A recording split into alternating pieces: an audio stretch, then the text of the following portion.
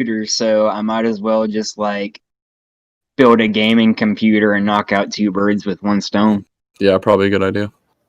Yeah. I just be buying the rest of it at either the end of the month or by my birthday next month. Alright, Nice. we're up. Hello and welcome to the Hoppean Book Club. This is the final episode. We are finishing up Chapter 3 and doing Chapter 4 today. So it's for people to read and follow along. We want to discuss them. We also want a suggestion of books with the theme being Austrian economics and libertarian covered in the future, but we will do that after getting some of the main books of the Austrian school done.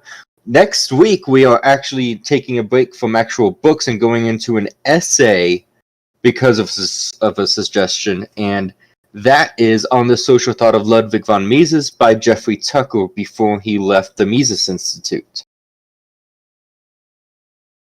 So that'll be fun. I already posted a quote to that last week and on Twitter. So Yep. Looking forward to that one. yep, it's gonna be fun. It's gonna be fun to see. Also, before we get started out, I just want to say I think that we're going to cover today was the most interesting. Yeah, it felt like less or actually like, I don't know, it wasn't sassy. It had like actual like kind of anger behind it. It was weird, like to a point in some areas. Like you could in a certain mood while writing this. Well, we'll go into that when it happens. Yeah, for sure. So, Emo, do you want to cover section 3? Of the book by the magazine The Economist that was published in the nation is supposed to follow, and in that declaration there are things such as like education and healthcare and etc. And it's just things that require human labor in one way or another, and by making those things into inalienable human rights, what you're basically implying is that every person has the right to another person's labor just for being born. Yeah, and what he points out here, especially whenever in terms to the division of labor, is it is an interference in the natural, division of labor in a capitalist economy, or even in economy itself. Whenever you start to bring, these rights into the situation, whatever they may be, in today's flavor of the month of what is a new human right, it is damaging to the actual division of labor and allocation of resources and labor itself in the process. Yeah, because if you just say that everyone has the right to a certain thing, you're completely ignoring like scarcity, which is a foundational principle of economics. Literally what economics is based on. Yeah. So you're just ignoring like the most basic one of the most basic principles of economics and just saying no, everyone should have this thing just because it would be nice if everyone had this thing. Yeah, I love that. It's like we should have this, so now it's a human right, and it's just like, wow, you really took a jump there real quick, and that's how they didn't attack the left based on principle. They attacked it based on practicality. The thing is, though, is that if you see, but just say it's impractical, people will eventually, slowly say, well, it's not, it might not be at the best possible outcome, like economically, but it's a moral thing to do. So let's like do this one little thing. And so it just keeps on. It basically snowballs like that because you've given up the moral high ground. At least you're giving an inch, they're gonna take a mile.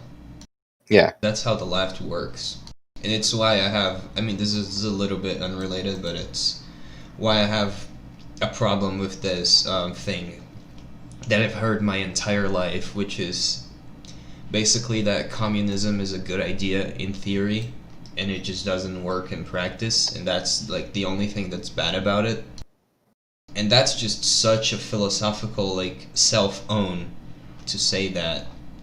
Yeah. It's just, I never understood it. It's just, if you're just gonna admit that something is like good in principle and it just doesn't work, just for the sake of giving credit to the other side, there is absolutely like no benefit in doing that, and it's, you know, needless to say, completely wrong, because communism is just as bad in theory as it was in practice. Right, and Rothbard actually talks about this. He says that theory and practice are linked. The entire point of theory is to figure out how to do something in practice. Yeah. If something doesn't work in practice, like, its theoretical value is worthless. It's not just that. The theory itself is flawed. If you didn't expect that. Yeah. You could argue that, oh no, like, the Soviet Union or China are not real communism, and, you know, if you're going by the textbook definition of communism, you would technically be right, but that's what they do. They just do that in order to get another chance and another chance and another chance. Meanwhile, if you're just going by the realistic definition of communism, it's basically just a totalitarian regime in which the ruling elites are replaced by another ruling elite. And it's it's what's always happened with communist regimes, so by just admitting that it could work in theory, you're just like self-owning. You're ceding the moral high ground on utilitarian grounds. Yep. Which is a terrible idea. Even then, the Communist Manifesto still, like, outright calls for, like, violence against peaceful private property owners. Like, if to say that it works in theory, but not in practice or whatever, it's just completely ignoring, you know, the inherent violence necessary for that. Yeah, we could go a little bit more into this later when Mrs. is going to talk about anti-communism, because I think it would be more appropriate to talk about this then. Yeah, sure, that's right at the end, so we can do that. Alright, well, let's continue. The World Council of Churches declared in 1948 that justice demands the inhabitants of Asia and Africa should have the benefit of more machine production, but that would only make sense if God presented mankind with a definite number of machines to be distributed equally. Yet the capitalist countries were bad enough to take more than their fair share to deprive other nations of theirs. The truth is that the accumulation of capital and its investment in machines in Western nations was exclusively due to laissez-faire capitalism, which the church misrepresented and rejected on moral grounds. It isn't the fault of Western capitalists that Asians and Africans didn't adopt these ideologies, nor is it the fault of the capitalists that their government stopped foreign investors from giving them the benefits of more machine production. No one contests that what makes hundreds of millions in Asia or Africa destitute is that they cling to primitive methods of production and miss the benefits of new tools and technology. What they need is to adopt complete laissez-faire capitalism. They need new capital accumulation, capitalists, and entrepreneurs. The remedy is not quote-unquote justice, but the substitution of sound economic policies for unsound ones. So anybody have anything to say about that? This just kind of harkens back to what he was talking about, how theologians were basically adopting anti-capitalist theology, essentially. That you know, it's just they were, I don't know. It's just kind of I think that a theme in this book to be made here is that a lot of these people who are not, you know, knowledgeable of economics, i.e., most intellectuals and most theologians, they would conflate the idea of charity, which is something that's widely preached by basically all Christian religions, and something that's always been a part of European society. And they would just conflate that with government policy, and make the mistake of thinking that just because charity is a good thing, it should be done systematically. And the part that they miss is that if you're doing it systematically, you're doing it forcefully. Right, but it's not even just that here. It's that they're trying to figure out an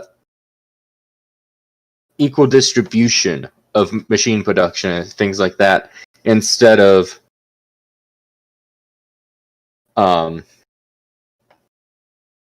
realizing that these machines are created. They're not just like a definite number of machines, as Mises says. So it's like, yeah, definitely. But my point is just that the left does this a lot, and the reason that the churches were so, I guess, vulnerable and ended up adopting some leftist economic positions is because of this conflation of policy with charity. if you go back into the 1930s, there was many people becoming clergymen that were part of the Communist Party in order to change the Catholic Church, the Roman Catholic Church. So, Yeah. I didn't know about that, but I'm not surprised. yeah, because when they realized that USSR was a failure, that they just started subverting everything. Just trying to get into positions of power and institutions of society in order to push their ideology. Yeah, basically every, I guess, major Western institution has been subverted at this point, especially throughout the second half of the 20th century. You just have all of these communists and KGB agents and other federal agents and stuff just going into all of these universities and all of these religious institutions and etc. And just, planting the seeds of what would become this ideological machine that is the quote-unquote cathedral that we, one of the terms we use to refer to it now.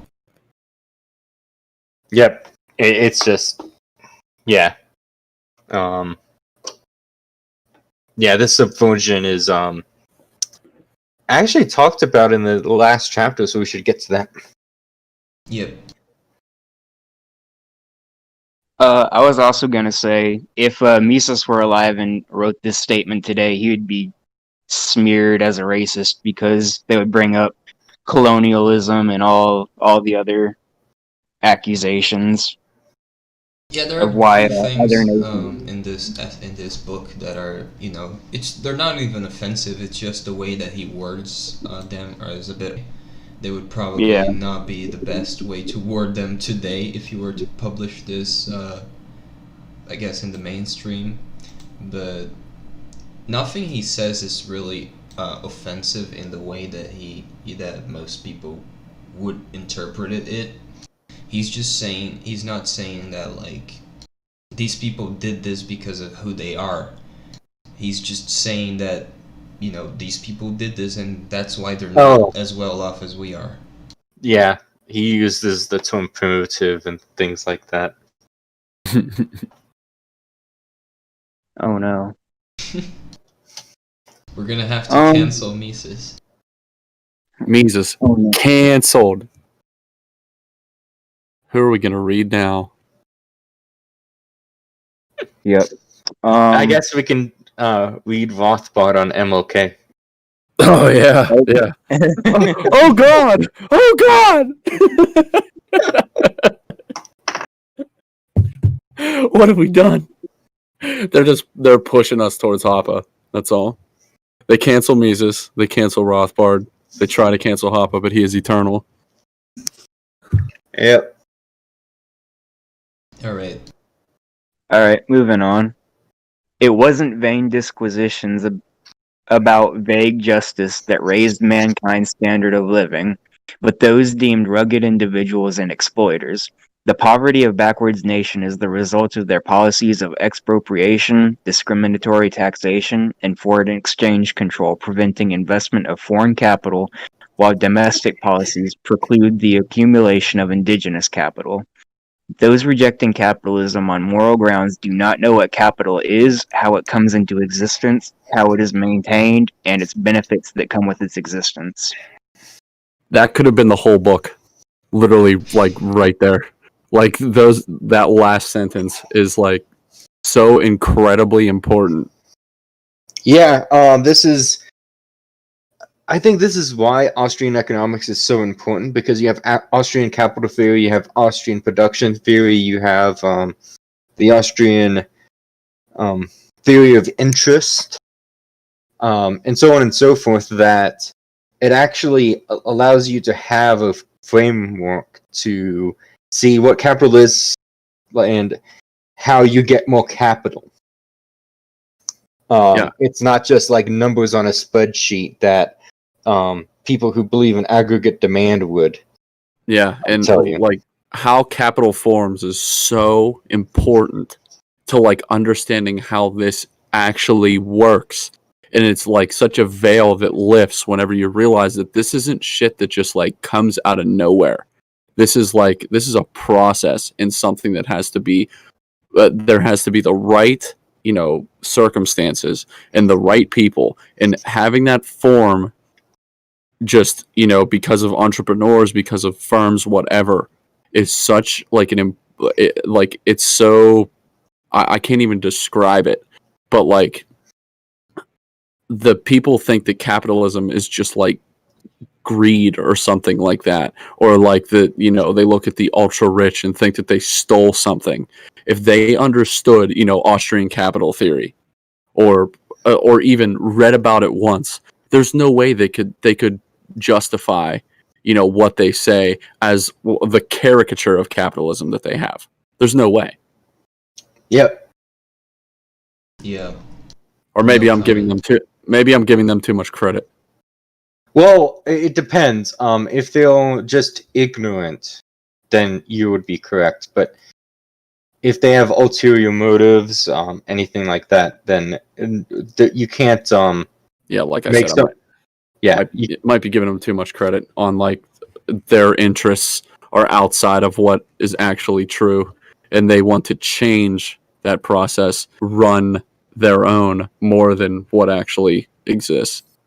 Yeah. When it comes to leftists and normies in general, which are by default leftists, it's just there's a very blurry line, or at least a very hard to pinpoint line between what's deliberate and what's not, and what people are just useful idiots, like ignorance, and what are actually like demagogues. It's a very hard to pinpoint line.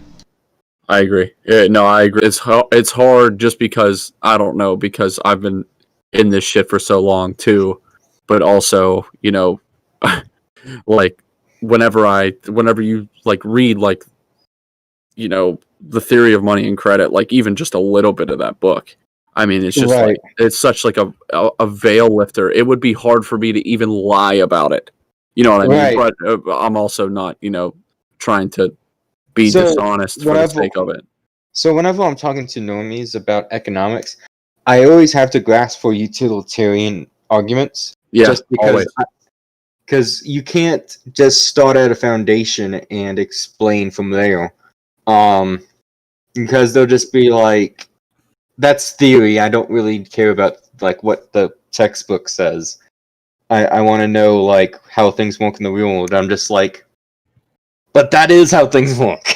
Yeah, and also like it's weird. Like whenever you said you have to justify it on utilitarian grounds, and then whenever you justify it on theoretical grounds, they'll say, "But what I want to do is the right thing to do." Then they throw the moral part back at you, even if you started from that, or even if you started from like, the theoretical moral position, at both of them, it doesn't matter. They'll throw the moral position back at you, even whenever you try to justify on utilitarian grounds, just to, throw them a bone, even. Yep. Yep. That's normies a lot, though. That's definitely the normie mentality. The thing I have said for a couple years now is that centrists, and that's what most normies are just like unknowing leftists. Oh, for sure. Yeah, personal story. If you're in a river and the current is going left, if you're not swimming, you're still going left. Yeah. That's the gist. What's the Moldbug quote about Cthulhu or whatever? Yeah, Cthulhu what was that? always swims left. That's I believe that's Spandrel, not Moldbug. Not Moldbug. Okay. I could be wrong though. Yeah, I don't know. I'm not. You're the NRX guy. Yeah. Yeah, I'm pretty sure it's Spandrel. Cool. Yeah, personal story on that. I was talking to an MA, like a kid with an economics master's degree, and he was a self-described capitalist, and like he was justifying on like these like Keynesian grounds, like Green New Deal and everything like that. And I was like, he didn't call himself an economic leftist. He called himself like a Keynesian, a Keynesian, like market, whatever they call themselves half the time. Market monetarist. Sorry, not Chicago school. No, he was a Keynesian guy, like very like probably neo Keynesian. MMT. Yeah, something like that. Modern monetary theory. Yeah, he could have been an MMT. We really didn't talk about money production or the Fed. We were mostly just talking about just basic economic shit like incentives and everything like that. But yeah, I was like at the end of the conversation, and I was like, dude, like how can you even call yourself a capitalist whenever all you've been doing this whole time is justifying more public programs? Like, that's all he's been doing, and government control. I was like, you're maybe a market socialist, maybe. And then he was like, well, I mean, maybe I am. And I was just like, well, then stop co-opting the word capitalism, because you're the opposite of it. Yeah, central planning is contrary to capitalism.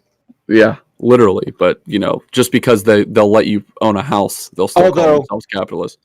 Although I love that the law books will just throw that right back at you, and when you say that open borders is an assault on private property. Yeah. It's like, oh, you're trying to centrally plan the economy. And I'm just like, no. You're not understanding. Like, when I say it's an assault on private property, I'm not trying to centrally plan the economy. Yeah, and it's not, the border wall isn't in the center, it's at the bottom and the top, you dummies. It's not in the middle. Wouldn't be a central plan.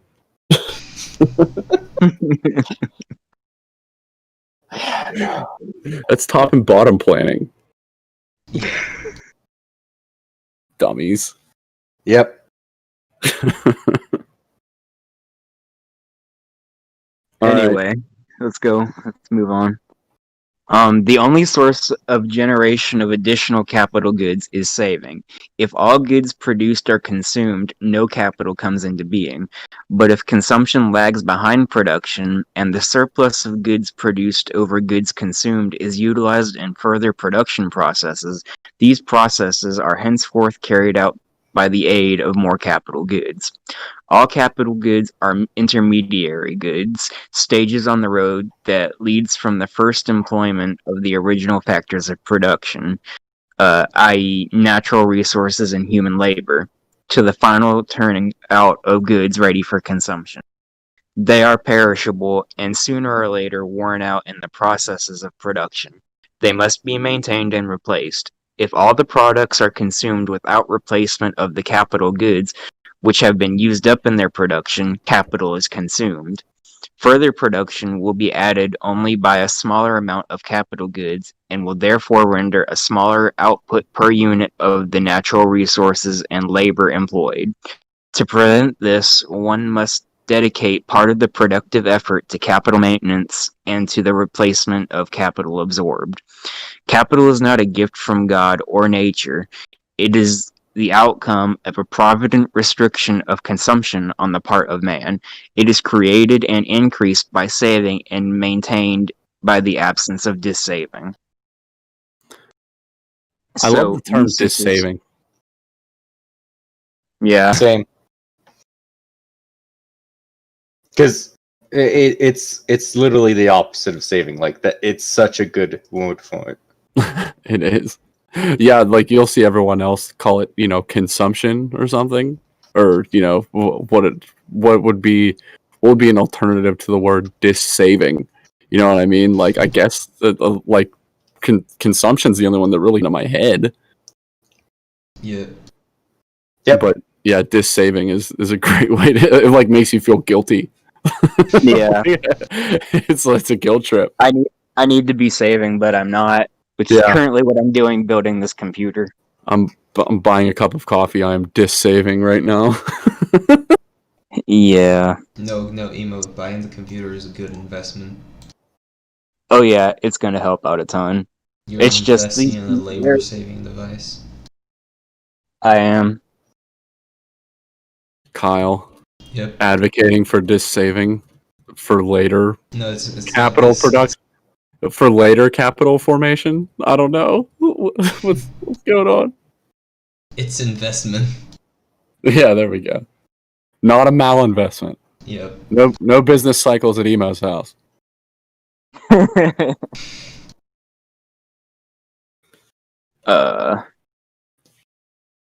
Okay, Alright, I sorry, guess. I got lost in the notes here. I'm sorry. Yeah, it's yeah, but the thing is that saving and investment are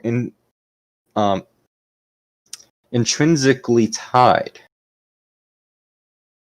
together. Yeah. I mean, the point of saving is that you're going to invest it in something eventually. So you're going to save until you have enough money to invest in whatever you want to invest, or until you find an opportunity, or whatever. But the reason you save is not just so you can have money, because if you just have money and you never use it for anything, it's not good for anything. But it's just about waiting for the right moment and for the right amount to invest into something that's going to generate more capital for yourself. Yep. So it's not just about not spending money. It's about spending. When you do spend money, you have to spend it on the right things, something that's going to produce something. Right, and even a rainy day fund would be an example of this, because you all eventually planning on using it. Yeah. Yep. Yeah, and saving for a rainy day is considered investing in your future in a way. Like I think I can't even remember which one of some lecture I watched recently or listened to. It might have been from Mises U this year when it was talking about like saving itself and it is an investment. But I can't remember exactly how it was worded, but it was brilliant, and I wish that I would have actually wrote it down. Yeah, but if you're just saving or for something, if something happens, what you're basically doing is not spending some money, so that if you ever need that money for something urgent, you do have it. So yeah, you are in a way investing in your future by making sure that you have at least a certain amount of capital in the future that's not going to disappear. Yep. Reject high time preference. Embrace the low. Yep. Yep. Alright, moving on. The accumulation of new capital, the maintenance of previously accumulated capital, and the utilization of capital for raising the productivity of human effort are the fruits of purposeful human action. They are the outcome of conduct of thrifty people who save and abstain from dissaving. That is to say, the capitalists who earn interest, and of people who succeed in utilizing the capital of the needs of the consumers. Neither capital or capital goods, nor the conduct of the entrepreneurs and capitalists in dealing with capital could improve the standard of living for the rest of the people, if these non-capitalists and non-entrepreneurs did not act in a certain way. If the wage earners were to behave in the way in which the spurious iron law of wages describes, and would know of no use for their earnings other than feeding and having children, the increase in capital in capital accumulated would keep pace with the increase in population figures. All the benefits derived from the accumulation of additional capital would be absorbed by multiplying the number of people. However, men do not respond to an improvement in the external conditions of their lives in the way in which rodents and germs do. They know also of other satisfactions than feeding and proliferation. Consequently, the countries of capitalist civilization, the increase of capital accumulated outruns the increase in population figures. To the extent that this happens, the marginal productivity of labor is increased as against the marginal productivity of the material factors of production. There emerges a tendency towards a higher wage rate. The proportion of the total output of production that goes to the wage earners is enhanced as against that which goes as interests to the capitalist and as rent to the landowners. Speaking of the productivity of labor only makes sense if it refers to the marginal productivity of labor, to the deduction of net output to be caused by the elimination of one worker. Then it refers to a definite economic quantity, to a determinate amount of goods or its equivalent in money. The concept of a general productivity of labor has resorted to unpopular talk about an allegedly natural right of the workers to claim the total increase of productivity is empty and indefinable. It is based on the illusion that it is possible to determine the shares that each of the various complementary factors of production has physically contributed to turning out of the product.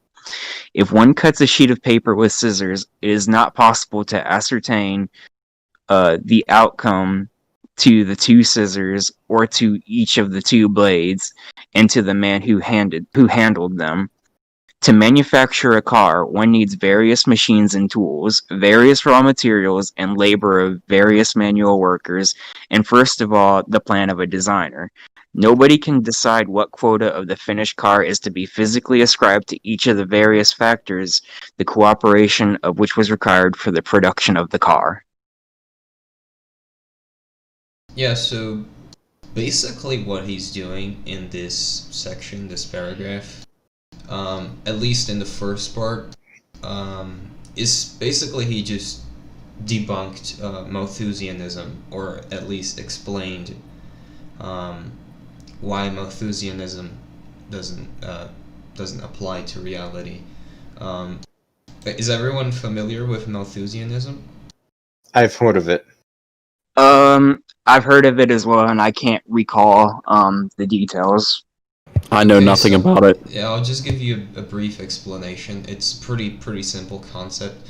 So Malthusianism was an idea that was laid out in the 18th century, or maybe, yeah, I think it's the 18th century, by this guy called Thomas Malthus.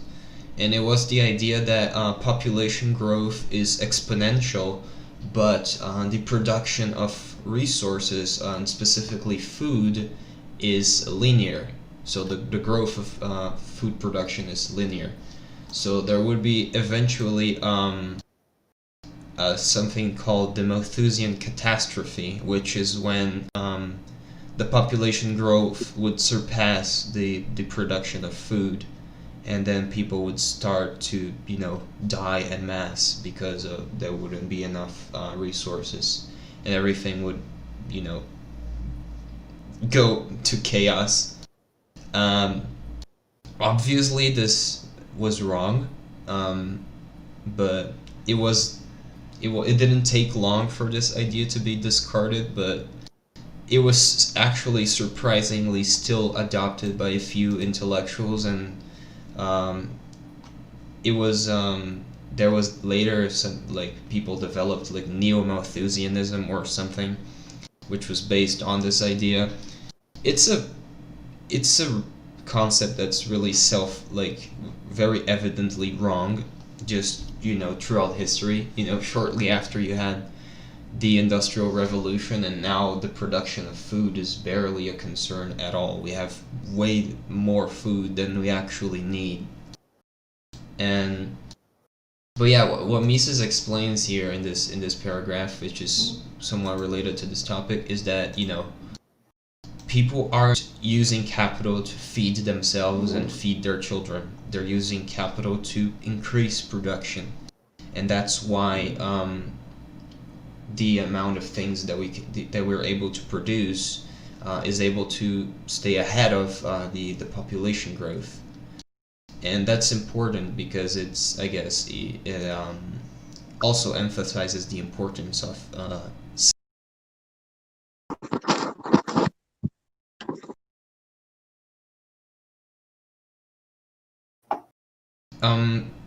I yeah, have I just found it here.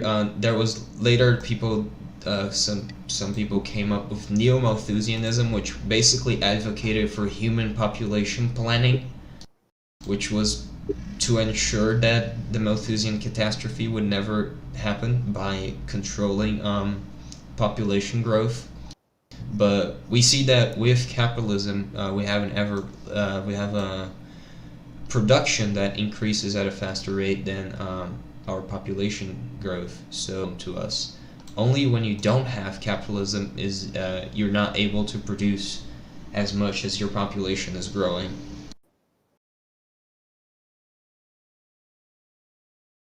Right. Is everybody else still here? Oh yeah, I'm here. Yep. Yeah, I was just listening to Kyle explaining. But yeah, I have heard of that concept before. It was like the idea of peak oil almost. The same type of deal. That's just what it like rang back to in my mind, where people thought that we were gonna, somehow reach some sort of peak in what we could produce or, maintain in terms of, oil production or oil drilling or whatever. But in this case, you're talking about, how they were worried that we wouldn't have enough resources for food. But now that's obviously false whenever you have a capital structure. Yeah, Yep. This was laid out in 1798, by the way, in an essay called An Essay on the Principle of Population. So if anyone wants to look that up later to read up on the idea, you can also just look up Malthusianism on Wikipedia. I'm looking up. There we go. From Reason.com. Shout out Koch brothers. A headline: Peak oil peters out. Neo Malthusian cult website. Hold on. Website. The oil drum shuts down. They shut down because they couldn't keep up with the peak oil shit anymore, so they just stopped. Yeah. But that's funny. That's funny that they called them Neo Malthusian. Whenever that's like literally just what popped into my head. Yeah, it's also the population stuff, not even just in terms of food, but also the environmental concerns people have today, or the basically anything really. It almost feels like they just want control, and the easiest way to do that is to argue for population control. Yeah, a lot of modern, I guess, leftist, liberal, environmentalist politics is basically neo-Malthusianist. Their argument is that if we don't do something, if the government doesn't do something, eventually things are going to get really bad because we're not going to have resources, or because we're not going to be able to produce. And it's a provably false argument. It's just, I guess, appealing to something and trying to make you know, trying to create disorder in order to get support. So you're just saying that these things are getting really, really bad, and we see this every year.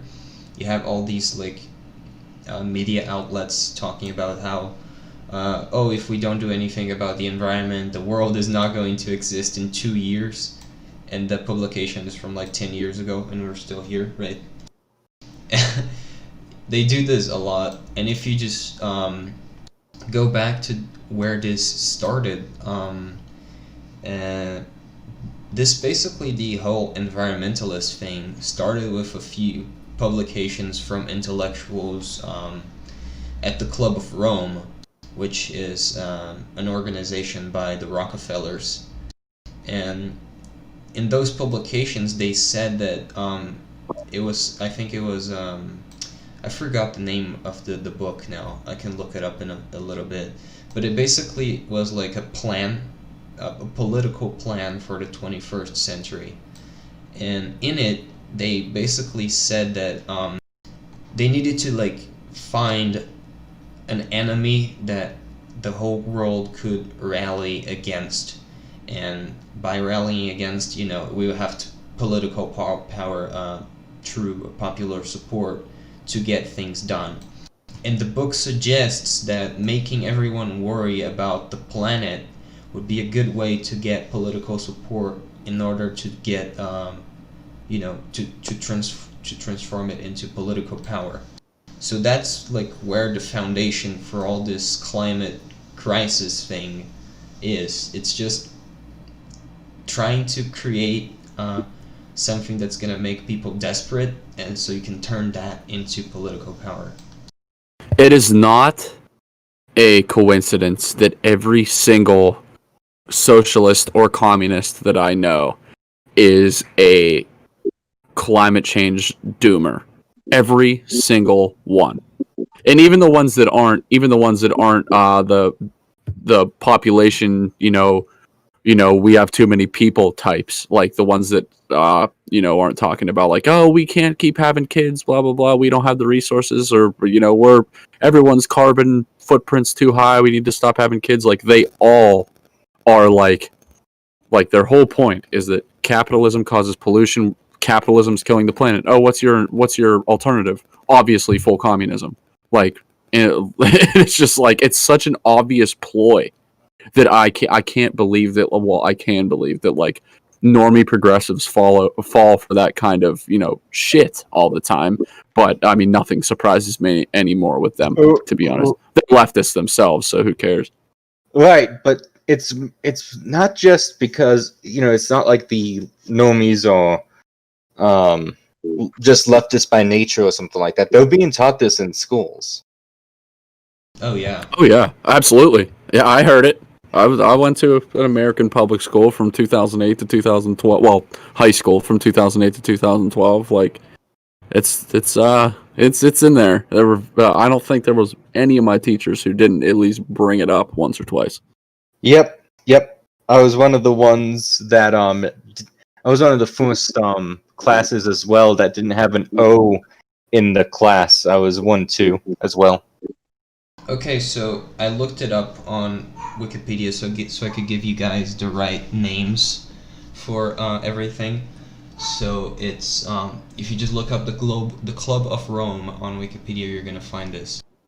Published a report in 1972 entitled "The Limits to Growth," which is basically, again, a neo-Malthusianist report that said that economic growth could not continue indefinitely because of resource depletion.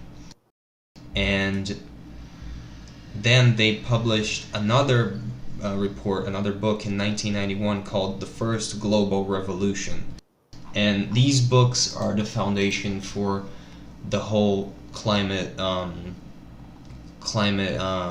crisis thing. And you can just look it up and you will find it. They were suggesting that you have to. I'm gonna read the small quote that's on Wikipedia.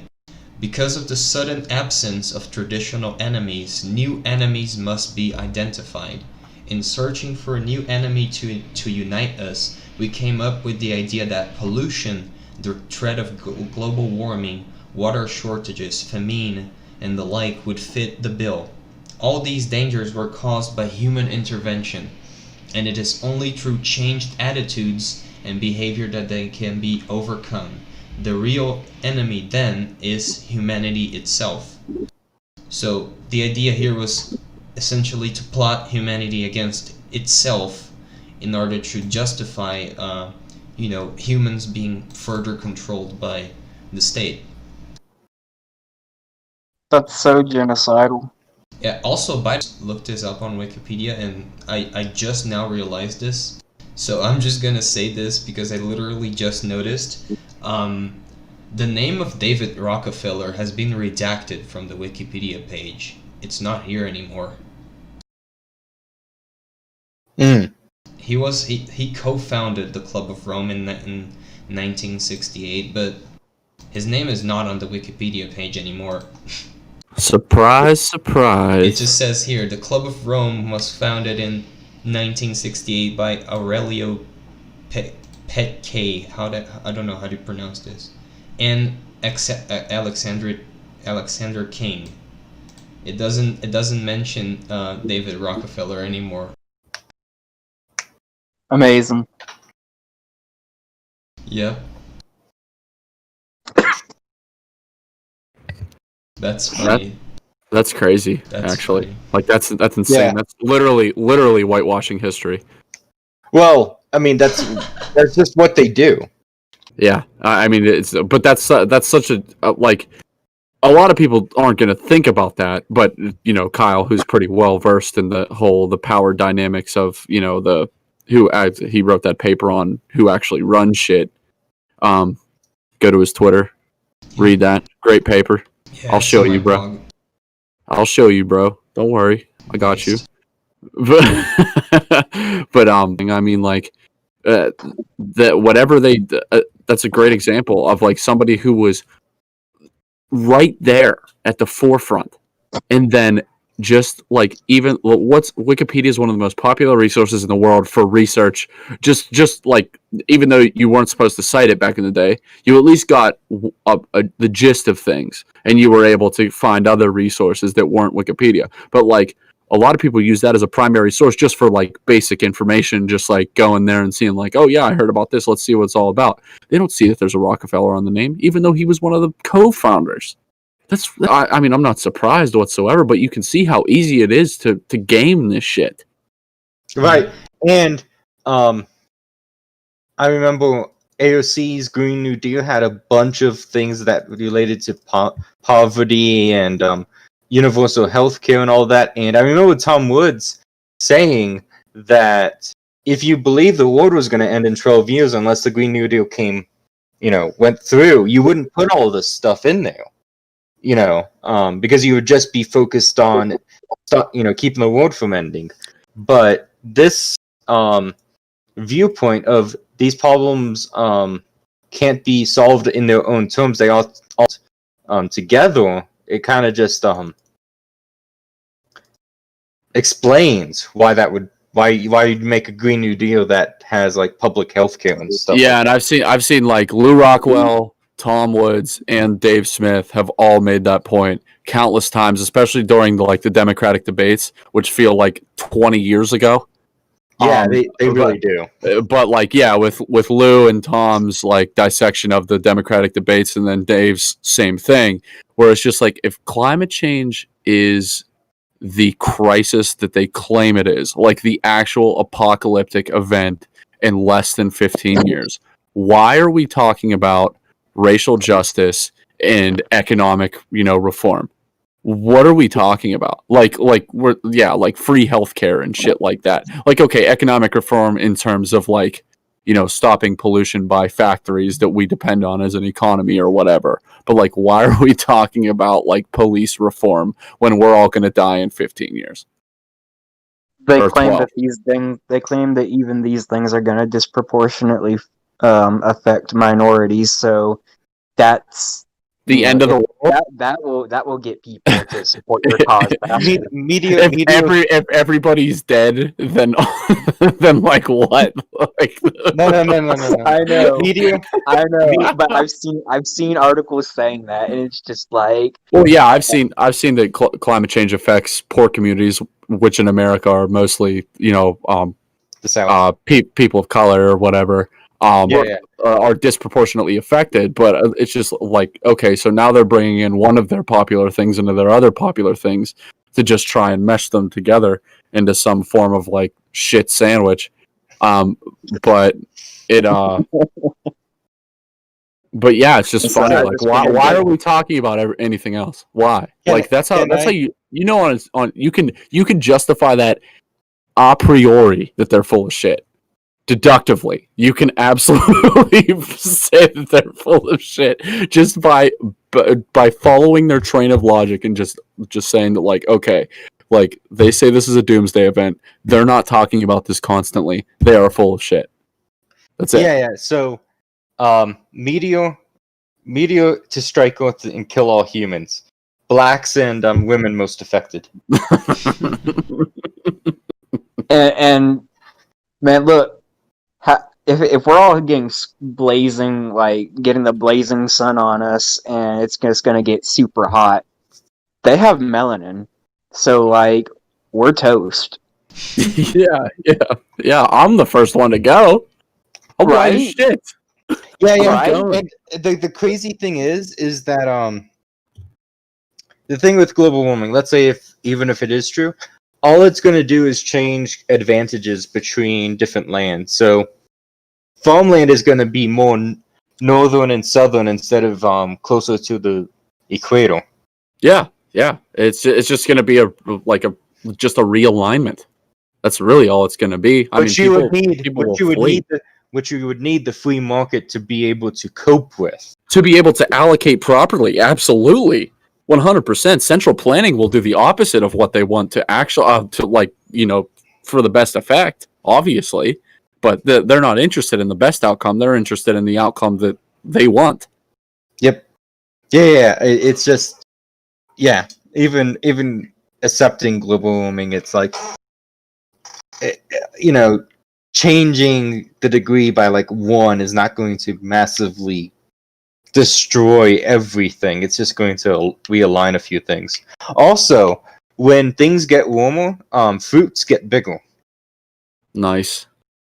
So, yeah, I can't wait to have bigger apples and bigger bananas.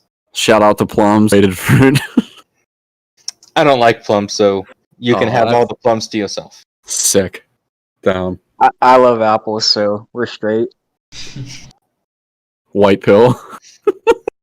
Yeah, I just tweeted out a screenshot of archived version of the Wikipedia page that I had from May 11th, 2019, which is what I used to put together that document, which has David Rockefeller's name, and right next to it is a current version of the page with the name redacted. So if you guys want to check that out, I just tweeted it. Yep, it Save is... everything. Archive everything. Actually, archive is supposed to be going away soon, I believe, right? I'm not sure. Somebody should start getting to work on a replacement. Well, if it's... Yeah, I would hope it's open source, so you can just like copy paste and just have it on a different website. Yep. But yeah, archive.is or archive.today is... it's been such a crucial resource as people try to memory hole things. Well, the powers that be try to memory hole it. It's not just like, things get memory holed. People are actively doing this. I got memory hold. What? The other day. Yeah, I know what you're talking about. Oh yeah, you did. Crazy. It wasn't on purpose. It wasn't on purpose. That's so fucked up. Crazy. All right, so let's move on in this shit. Let's finish up this 10.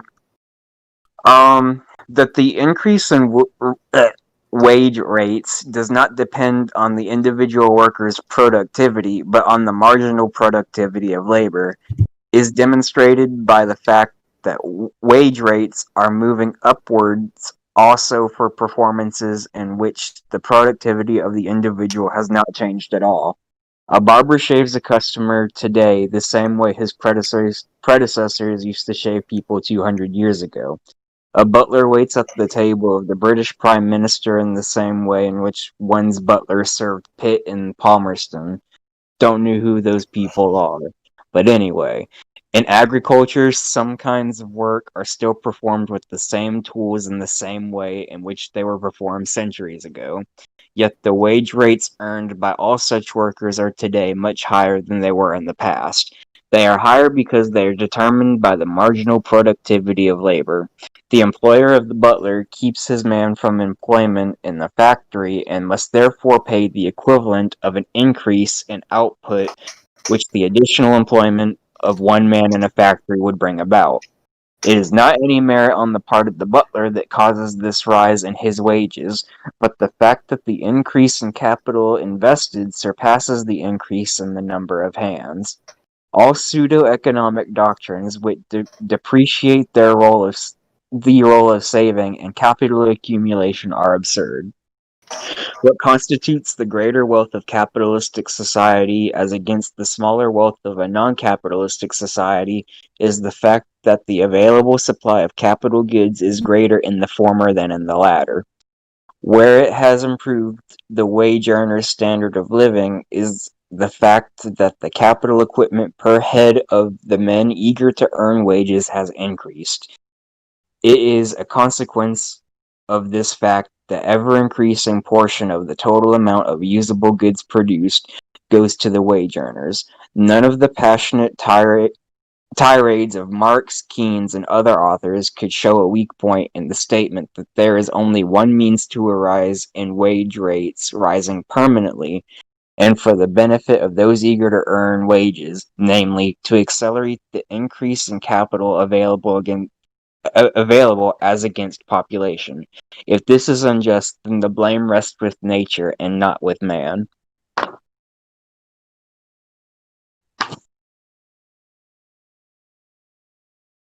So, That's a lot. To add here, Yeah, that's Yeah. just it's just more about. Let's see. Yeah, I don't really have anything to say, which pretty rare. Pretty rare around these parts. Yeah, especially with butlers and stuff in America, we don't really have that, but yeah, if in Europe, if you were a butler and you were only getting paid so much, and like a factory was offering more money, then the butler's employer would just have to pay more to keep him. I bet It's Kyle not- would have it's more not- to. Oh, I'm sorry. Oh no, that was Yeah. pretty much. Yeah, I bet Kyle would have more to say if it was an analysis of the Eggman. I mean, yeah, if you're gonna make more money from selling eggs on the street, why would you go work in a factory?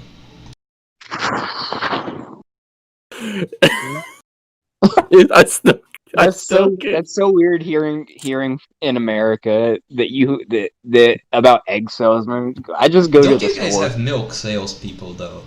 No, we used to, No, and then they were all banging anymore. everybody's wives. You ever Like, see the South Park episode? I legitimately don't know what's so weird about it. It's just a guy that goes around selling eggs. He probably has a farm or what's the name of the thing you grow chicken in? I forgot. Kyle, we have 6 Walmarts within 5 miles of one another, and if there's not a Walmart, there's a Winn-Dixie, and if there's not a Winn-Dixie, there's something else. Sheets and gang. It's right there. Well, yeah, but here There's we have so a lot many of eggs. traffic, so people don't want to drive just to go buy eggs. Speak for yourself, bro. Yeah. I don't need no fucking egg, man. I mean, dude, the guy drives past my street every day, so he's making money, okay? Otherwise, he wouldn't. Does he toss them out like? Does he toss them out like? Does he throw like the eggs like the newspaper where they toss it out of the window onto your porch? No, I think he just stops when people want to buy. I think the reason why I harp on this so much is because I'm actually jealous that you have a guy that brings eggs to your door. I think this is some form of projection. I'm pissed. Yeah. I think I'm gonna be the egg guy. This is an unconquered market around here.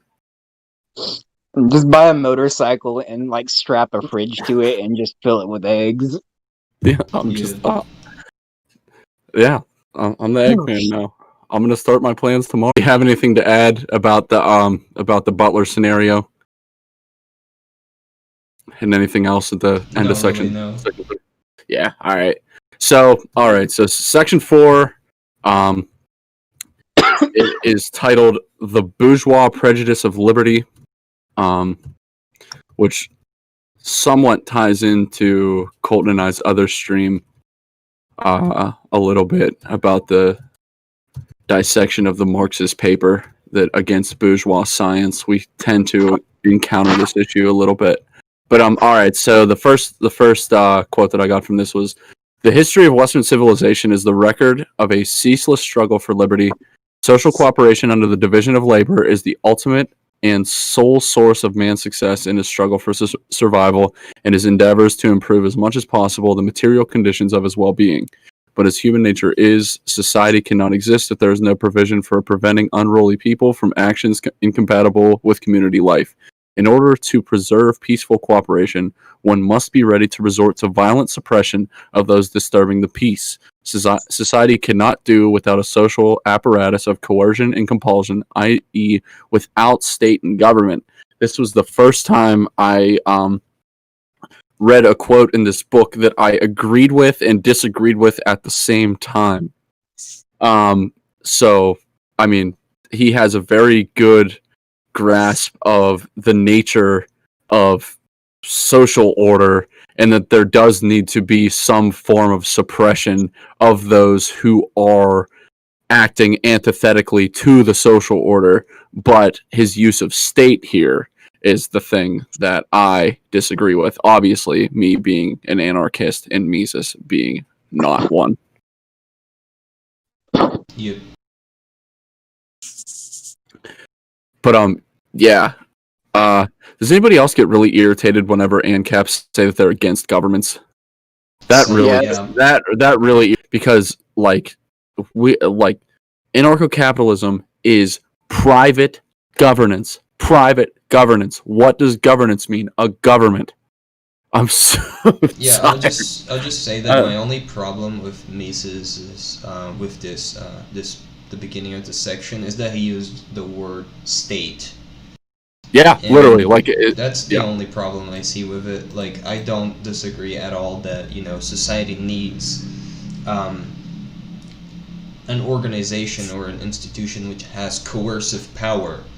So you need to have power to remove threats from the inside and to prevent, external threats. So the problem here is the use of the word state. That's like the only problem I have with it. A recommendation on this issue that I have is The Private Production of Defense by Hans Hoppe. I'm sure something that we will go over in the future. Not sure when, because we got the year of Rothbard after we do all these. So we might not get to that. It's a great book on private defense, private governance, everything like that. It's unreal. But yeah, Mises' use of state here. One thing on that, the suppression of those who are violating the principles of a social order or need to be suppressed immediately is something that protects a society from destruction. Yeah, and this is something actually that Mises talks about in this part as well, which is I guess that ideas often take time to build up, and one philosopher builds up on the ideas of the previous, and eventually they reach better conclusions over time. So I think that the development of modern libertarianism, which would come about, with Rothbard primarily, is just building up on what all the other libertarians, including Mises, left behind. So I don't think it's completely deplorable that he didn't want. And he never did. Yeah. Yeah, it's, I know, Kinsella and those guys tried to grab some points on like trying to make Mises like a covert anarchist after he read like Man, Economy, and State or something, but yeah, he was not. Yep. But important section. Definitely touches on something that even most libertarians, mostly of the ANCAP variety, don't understand these days, that Mises is essentially proto-physical removal, right? Like argument right here. Hoppe definitely furthered this argument in Democracy: The God That Failed, but yeah, very important to have an institution that might not be a state per se, but something that it will protect you and your society from those who want to destroy it. Yep. All right. So the next point that I highlighted was the political concept of the individual's freedom means freedom from arbitrary action on the part of police power. So immediately after he advocates for the need for the state and governance to protect from those who need to be violently suppressed in your society, he says that the police and government are something that should be kept in check also. So he's simultaneously making the argument for order and prevention of tyranny back to back. And that is something that, is basic to libertarian justice, but still important to point out, where, I'm sure somebody could pull that Mises quote from the first part and say like, oh, he's advocating for some form of, like state tyranny. And then he says that the role of liberty and the role of Western civilization in promoting liberty is Western civilization. I have so many Nick Land quotes I could bring up here, so I'm just not gonna bring up any. Your boy. My boy. Becoming my boy. I watched the Nick Land interview for the first time the other day, and I had honestly no idea what he was talking about. Honestly, one of my favorite Twitter follows. Straight up. Oh, he's on Twitter? I'll go ahead and... He's my mutual. Yeah, he loves Kyle. Oh, for real? Jelly. Nice. Yeah, I but put anime girls on his timeline.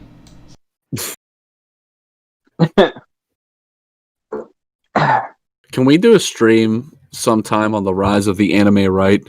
And I will be a guy who was 100% outside of that realm, just trying to fucking understand where this all came from. Because that's an important topic. I genuinely don't understand. But it's cool. Part of it I know is that Japanese culture still holds tradition in very high regard. Yeah. It's and they're also very nationalistic. Gotcha. All right, the topic for another day. And also, Kyle, did you see in the here Scroll-Key said to Kyle, "Why do you put such difference between state and government?" And I think I highlighted that in my explanation, but also I'm sure he would want to hear yours since he asked you directly. Oh yeah, okay, I can explain that. So basically, there is a a concept that you have to understand, which is the concept of governance. And governance, as I like to define it, which I think is the most simple way, is the provision of statecraft. Statecraft being, basically deterring violence, deterring aggression, and a few other I guess things that the government does, like diplomacy and etc. It's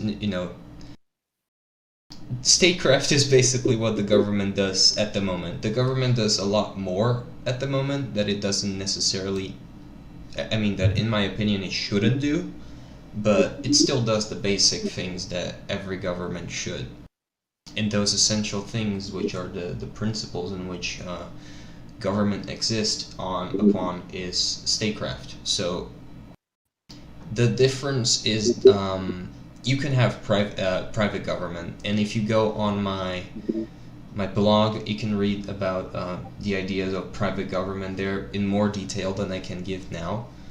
But basically, since I'll just state this here, but again, if you just want to go read about it, I give the actual reasons behind it.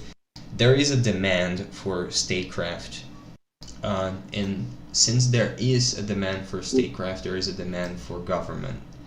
But that doesn't mean that the government has to be a monopoly on coercion as it is today, that maintains itself through compulsory taxation.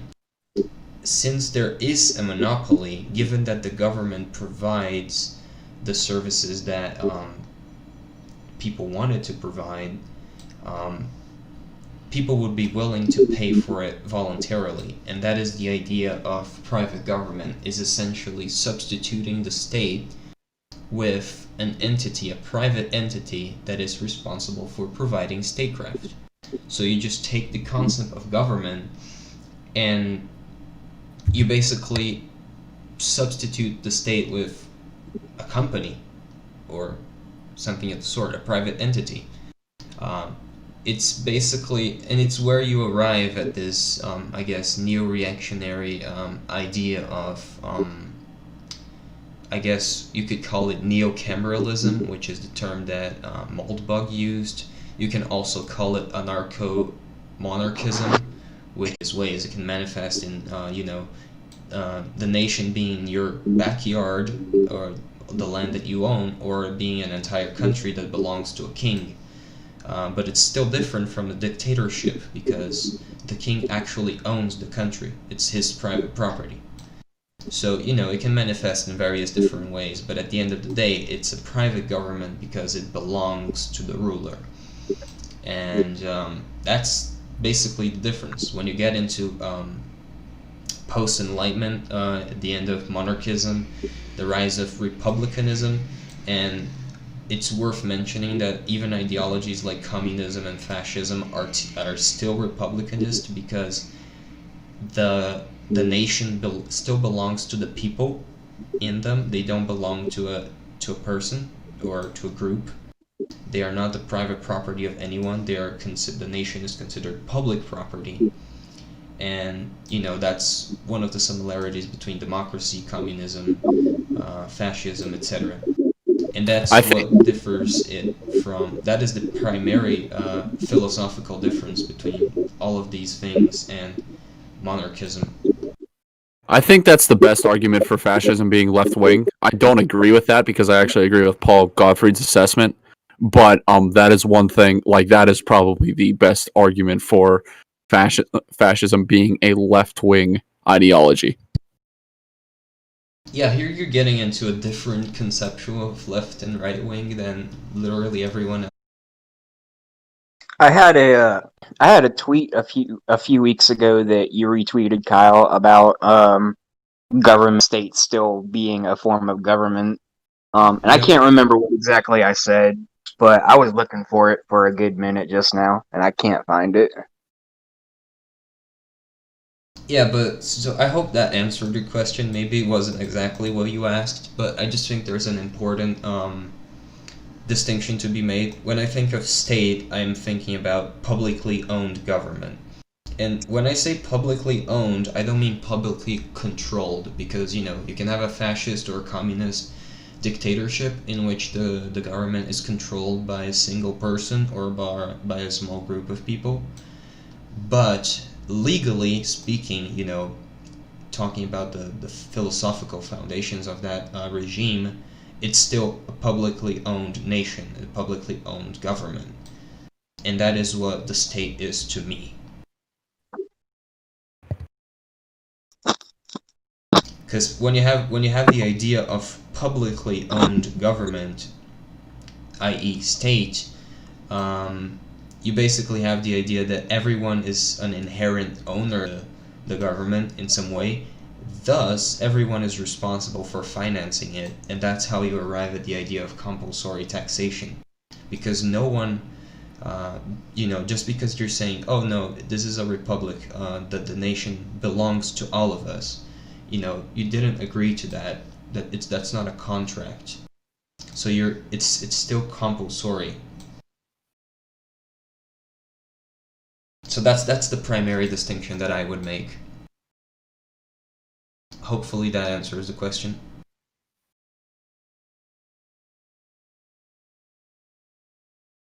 Does anyone want to add to that?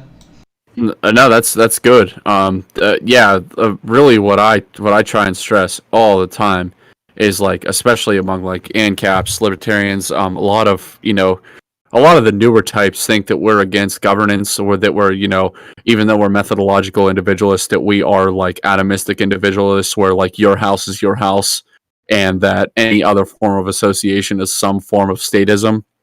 And I always say ANCAPs are for private governance. Yep. Vis-a-vis contracts, or by in Hoppe's arguments for covenant communities. This isn't, ANCAPs are not anti-government, we are anti-state, and that is something that is very, very important, and there is a big distinction between them, mostly on who owns, exactly like who owns the government, who the government is responsible towards. Yep. But all right, let me move on to the next paragraph. Let's go. The purpose of all modern political and judicial institutions is to safeguard the individual's freedom against encroachments on the part of the government, representative government, and the rule of law, the independence of courts and tribunals from interference on the part of administrative agencies, habeas corpus, judicial examination and redress of acts of the administration, freedom of speech in the press, separation of state and church, and many other institutions aimed at one end only, to restriction of the office holders, and to render the individuals free from their arbitrariness. The age of capitalism has abolished all vestiges of slavery and serfdom. Yep. So, if we're going to talk about serfdom, I would like to mention that, he talks here about the age of capitalism. This is obviously when capitalism became a widely recognized ideological concept. That doesn't mean that the principles of capitalism didn't exist prior to the Enlightenment. And that's a mistake that a lot of people make, in my opinion. They think, oh no, capitalism didn't exist before the 17th century. That's not true. If you just take the most basic definition, definition of true capitalism, which is private property and unrestricted market exchange, that has existed pretty much since the dawn of civilization. And to say that, the reason that a lot of people are eager to deny that capitalism existed before the 17th century is that you can't say, oh no, I know that a few ANCAPs like to use medieval Ireland as an example of a free market economy. There are a few other examples. This is just the one that comes to mind. So by saying that capitalism didn't exist before the 17th century, they're able to just disregard that argument by saying that it wasn't capitalism, it was just feudalism.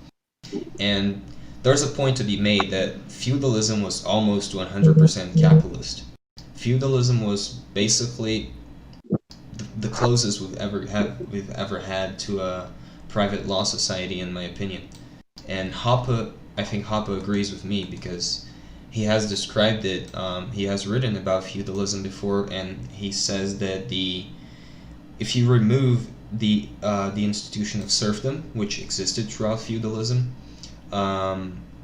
there's basically nothing wrong with it, or at least with the ideological foundations of feudalism, which of course were often deviated from in practice because that's the nature of rulers, of some rulers, I should say. So I just don't think it's valid to say that before the 17th century nothing can be compared to capitalism because the concept was popularized then. So Yeah, that's just a point that I think it's important to make.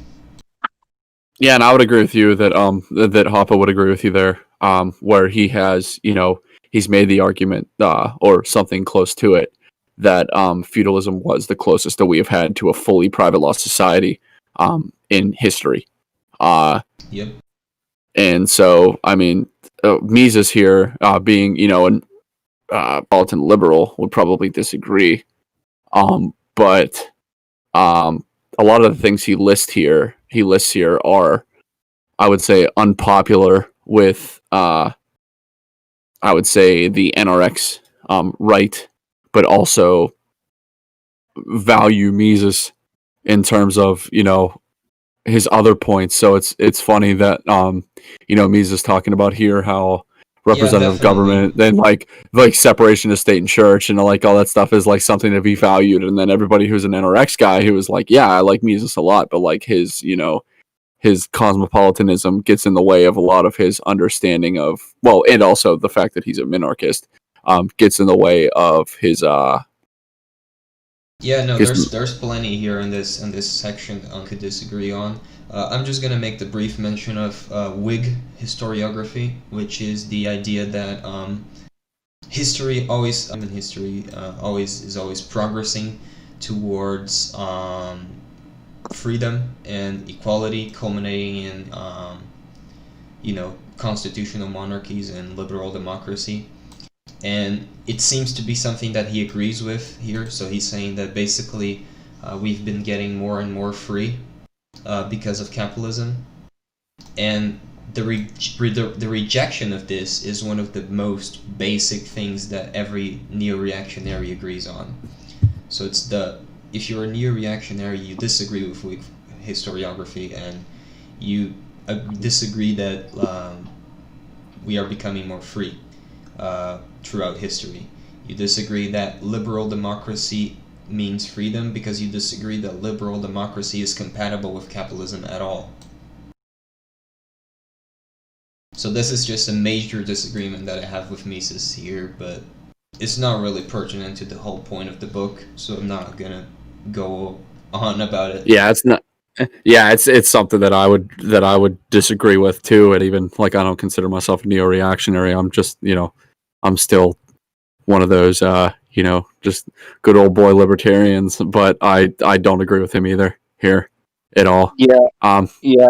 Me reading A Short History of Man and some other NRX literature, and then reading some of the stuff that Mises says, I'm just like, it's not, but it wasn't that bad. You didn't need liberal democracy, to get freer. Like, other things could have been done that didn't, need to necessitate a state. Yeah, and you also have to remember that Mises was a small D Democrat. I mean, he truly was, like, he wasn't a party. Obviously, he wasn't a United States citizen until he had to move here.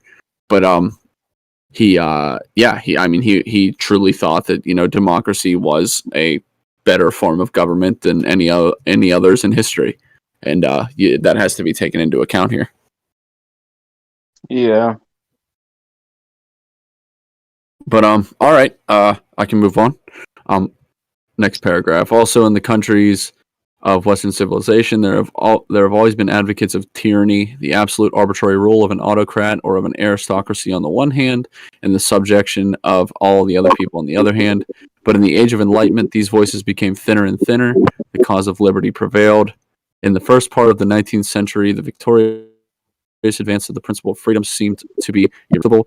The most eminent philosophers and historians got the conviction that historical evolution tends towards the establishment of institutions warranting freedom, and that no intrigues and machinations on the part of the champions of servilism could stop the trend towards liberalism.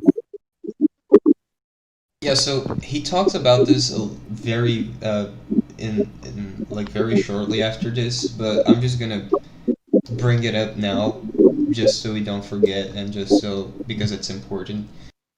It's a lot more important now than it was when he wrote this book, so that's probably why it wasn't one of the first things he brought up. There is a major conflation between classical liberalism and, you could say, modern liberalism. And he does mention this like 2 paragraphs later, where he says that the leftists are trying to appropriate the term liberal. It wasn't nearly as big of a deal when he wrote this in the 50s as it is now, where now in America, basically the liberalism is 100% associated with leftism, and the term classical liberal was created specifically to substitute it what was originally just known as liberalism. And in Europe, this isn't as much of an issue yet, but since world politics are centered around America nowadays, this is making its way into Europe as well. So the term liberal is becoming more and more associated with the left, and the ideas of classical liberalism, which is what Mises is defending here, are more associated with classical liberalism, or I guess there are a few other terms for it, maybe like English liberalism or something. And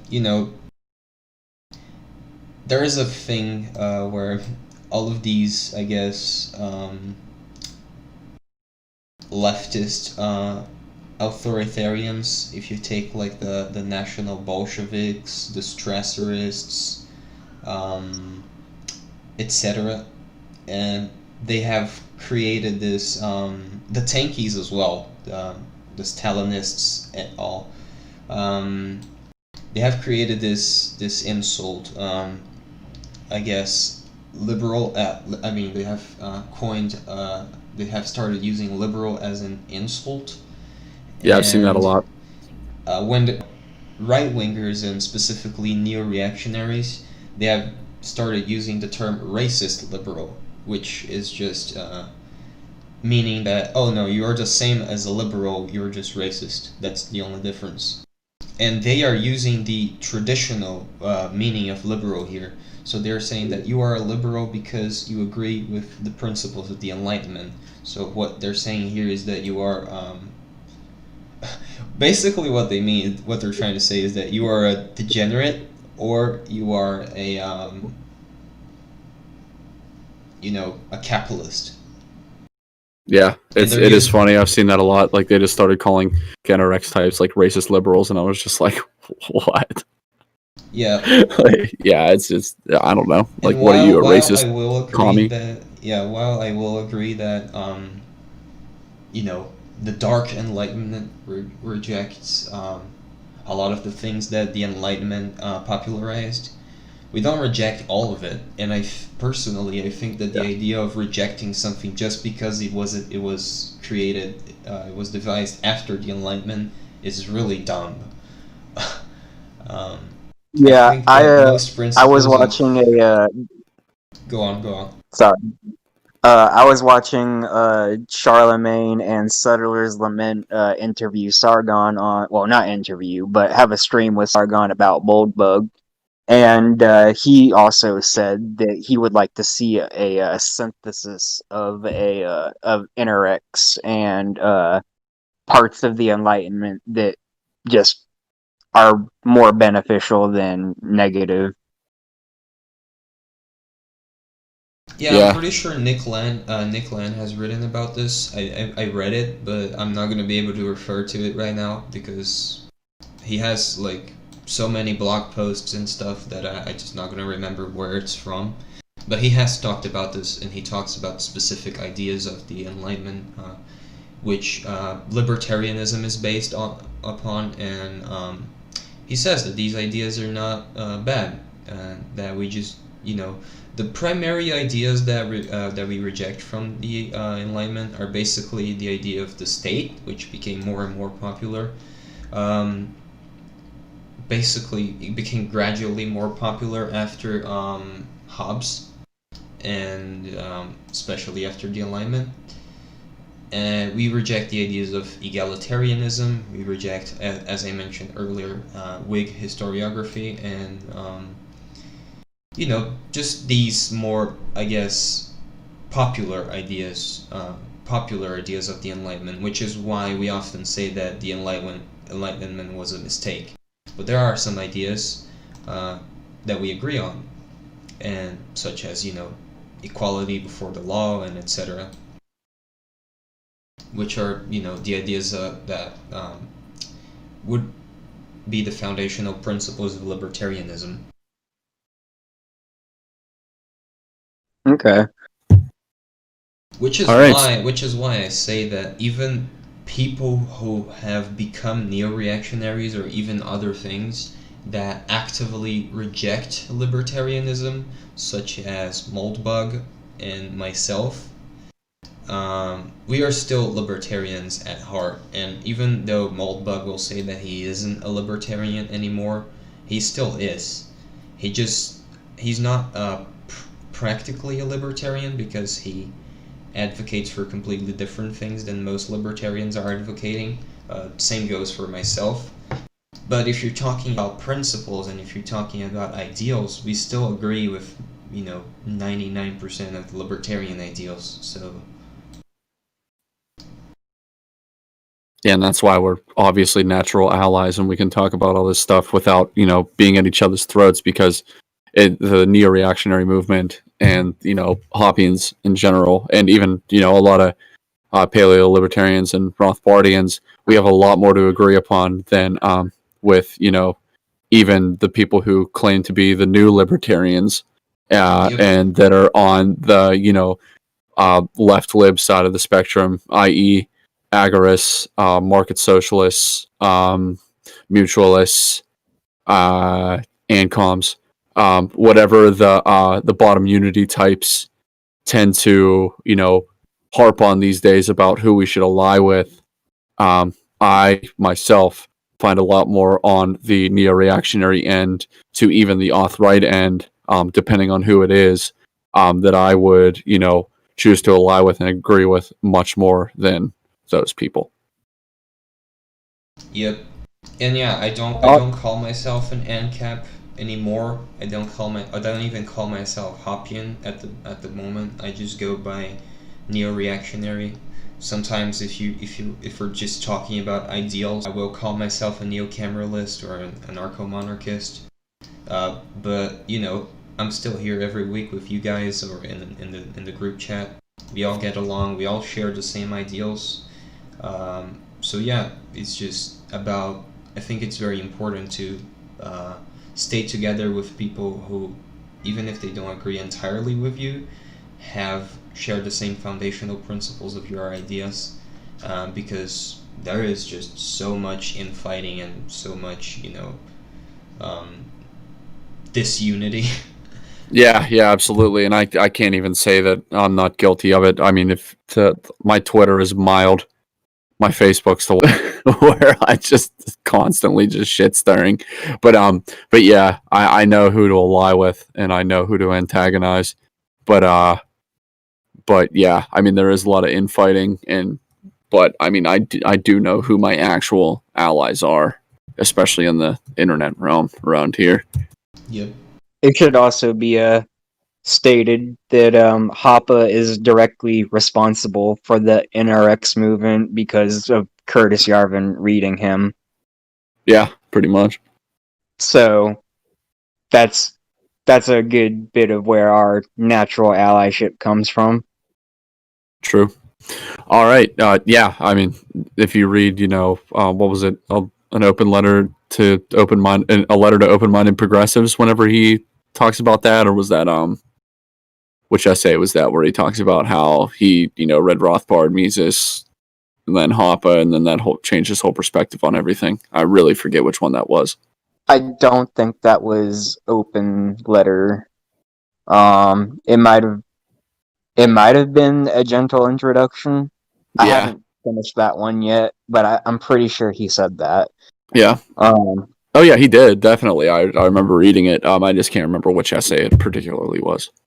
Yeah, if you read like A Short History of Man and then Democracy and then those, at least those two books by Moldbug, it just leaves you with a completely different understanding of reality than you had based off of state, public education and what the mainstream media and everything has told you. Yeah, it was painful.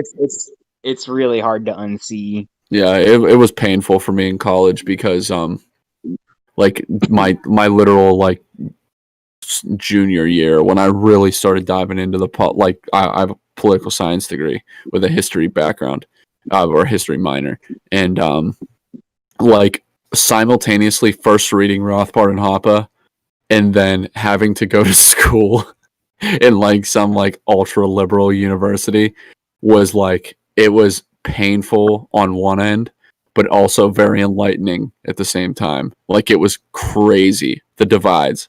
And it was just like, I knew who I agreed with, but it was very, very like, it was an eye opener to a point that it cannot be undone. Yeah, I can say the same, and I'm living that right now because I'm going to university currently, and I do graphic design, so I go to art school, and we all know that arts tend to be one of the most liberal academic realms, and yeah, it's true. I was already a reactionary type when I started going to university, so it was like that for me from the start. I legitimately, like, my first semester, I'm starting my third semester right now, but in like my first semester, the first 6 months, I legitimately thought about quitting because I couldn't find a single person that I could consider human. Yeah, it's tough. I mean, it's really bad, dude. And I wasn't even like full on, like I called myself a libertarian, but I never said that I was like a Rothbardian or an ANCAP. Like, I was just like dabbling in all this stuff. And then, I slowly accepted the ANCAP label. But still, like, it was like I wasn't even that extreme then. And it was just like, wow, I can't find anything that I agree with you people on. Even there was a girl in one of my classes who now works for the Cato Institute, who, like, she said I'm a libertarian. I was like, oh, great, you're a libertarian. We have something to talk about. And then we would talk about, like, she actually gave a speech on, like, open borders for Cato, like, at my school. Bro. And I was just like, oh, no. I was like, I can't even talk to you. Yeah, just for me to go to like, liberal arts university, it's a private university, by the way, but it's still very liberal, still very progressive. They have equality as one of their foundational principles and all of that, but whatever. Just generic liberal arts thing. Just to go into that as a neo-reactionary, like, hyper-capitalist, and to see all these people who basically, like, the problem, you just see how politicized everybody is nowadays, first of all. And because everyone is so politicized, you can't get away from it. You can't escape it. So I had to do a few projects in my first semesters, especially, where not that well yet. So I just, kind of went from one group to the other without really settling on anyone specifically. And I worked with people who were, had to put certain things into the project. They had to make it about social justice for this or that, or they had to make it about minorities, or they had to make it about women.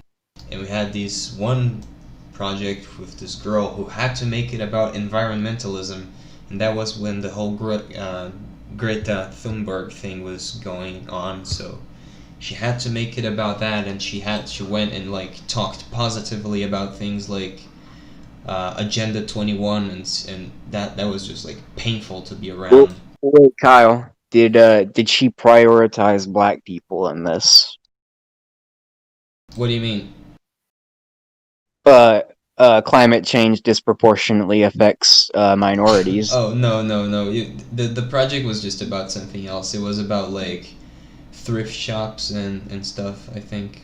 Like basically reselling clothes in order to reduce waste. It wasn't a bad project, but you know, they just had to make it as political as they could for like just for the sake of being political, which is painful to me. Just like how these people are woefully unable to keep politics out of their whole life. They have to make everything about social justice and make their lives the misery that they think everyone else's life is. Well, I think the fact that they're selling these clothes for a profit and not just giving them to black people is offensive and racist, and they should be canceled. Probably someone's unironic position. Yeah, but yeah, I'm not nowadays doing- I have a friends. But yeah, I want to move on. I just literally like the only part of this section that I really want to highlight before section 5, because we do have a whole chapter after this and we're already about 2 hours in, is his section about speaking about a British Labour Party professor who calls himself an anti-communist but is obviously a commie apologist, and then saying that fascism is worse than communism. So the late Professor Lasky, in his lifetime an eminent member and chairman of the British Labour Party, a self-styled non-communist or even anti-communist, told us that no doubt in Soviet Russia, a communist has a full sense of liberty. No doubt also he has a keen sense that liberty is denied him in fascist Italy. The truth is that a Russian free to obey all the orders issued by his superiors, but as soon as he deviates 1/100 of an inch from the correct way of thinking as laid down by the authorities, he is mercilessly liquidated. All those politicians, office holders, authors, musicians, and scientists who were purged were, to be sure, not anti-communists. They were, on the contrary, fanatical communists, party members in good standing, whom the supreme authorities, in due recognition of their loyalty to the Soviet creed, had promoted to high positions. The only offense they had committed was that they were not quick enough in adjusting their ideas, policies, books, or compositions to the latest changes in the ideas and tastes of Stalin. I'm going to move on to the fascist Italy part. Fascist Italy was certainly a country in which there was no liberty. It had adopted the notorious Soviet pattern of the one-party principle and accordingly suppressed all dissenting views. Yet, there was still a conspicuous difference between the Bolshevik and the fascist application of this principle. For instance, there lived in fascist Italy a former member of the parliamentary group of communist deputies who remained loyal unto death to his communist tenets. Professor Antonio Graziati, who received the government pension, which he was entitled to claim as Professor Emeritus, and he was free to write and to publish with the most eminent Italian publishing firms books which were orthodox Marxian. His lack of liberty was certainly less rigid than that of the Russian communists, who, as Professor Lasky chose to say, no doubt have a full sense of liberty. So what he's really highlighting here is that, yes, there was no true sense of liberty in communism and fascism, but one side absolutely did not allow any dissent in their society, not one bit, and there is no evidence that they did because they're all dead. There was no one that was allowed to speak out against Stalin. There was no one that was even allowed to think about going against Stalin if he thought. And in fascist Italy, there was a straight-up commie professor who chose to go against the corporate foundation of Italian fascism, and he was still allowed to live and collected a government pension. So, I hearken back to Chase Rachel's, fascism is a step towards liberty as an example of this type of argument where to conflate the two as totally 100%, equally anti-liberty is in the same sense is being dishonest and philosophically vapid. Yeah. It makes people so mad when you say fascism is just a little bit better than communism.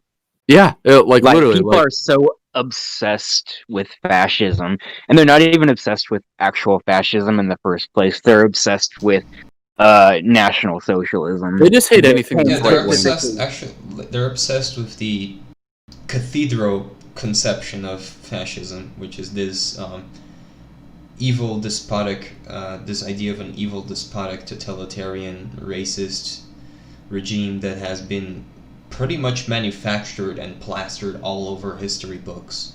I'm not saying that the fascist regimes of the 30s weren't racist or weren't totalitarian, but it doesn't take much to disagree to agree that they're not nearly as bad as most people make them out to be. And I think that to get the point across about this section here, I can just ask you guys 2 yes or no questions, and that's gonna get the point across. So just answer this. Do you guys support fascism? No. No. Do you guys think that communism is worse than fascism? Yes. Yeah. Yeah, that's basically the point here. If And you that's think- yeah. If you That's think that one literally thing is worse than the other, it doesn't mean that you agree with the least worst thing. yeah. It's 100%, and it's funny that like whenever I go back to the Chase article where it was just like as soon as he put that out, everyone lost their minds. Even though that guy T did a video 2 years before that where it was essentially making the same argument that fascism is a little bit better than communism in terms of, at least they pretend to let you have property. You know what I mean? Like it's not and as libertarians, what we care about is private property. And it's not something that's crazy, and it shouldn't be even something that I don't know, you could get canceled for saying something like that, which is crazy. Trade-offs are a thing. You know what I mean? It's I don't know. It's nuts. But yeah, essentially what Mises is saying here is just and at the end of the section, I'll say the last quote is Marx the dissenter could live and write and advocate revolution at ease in Victorian England, just as the Labour Party could engage in all political activities at ease in post-Victorian England.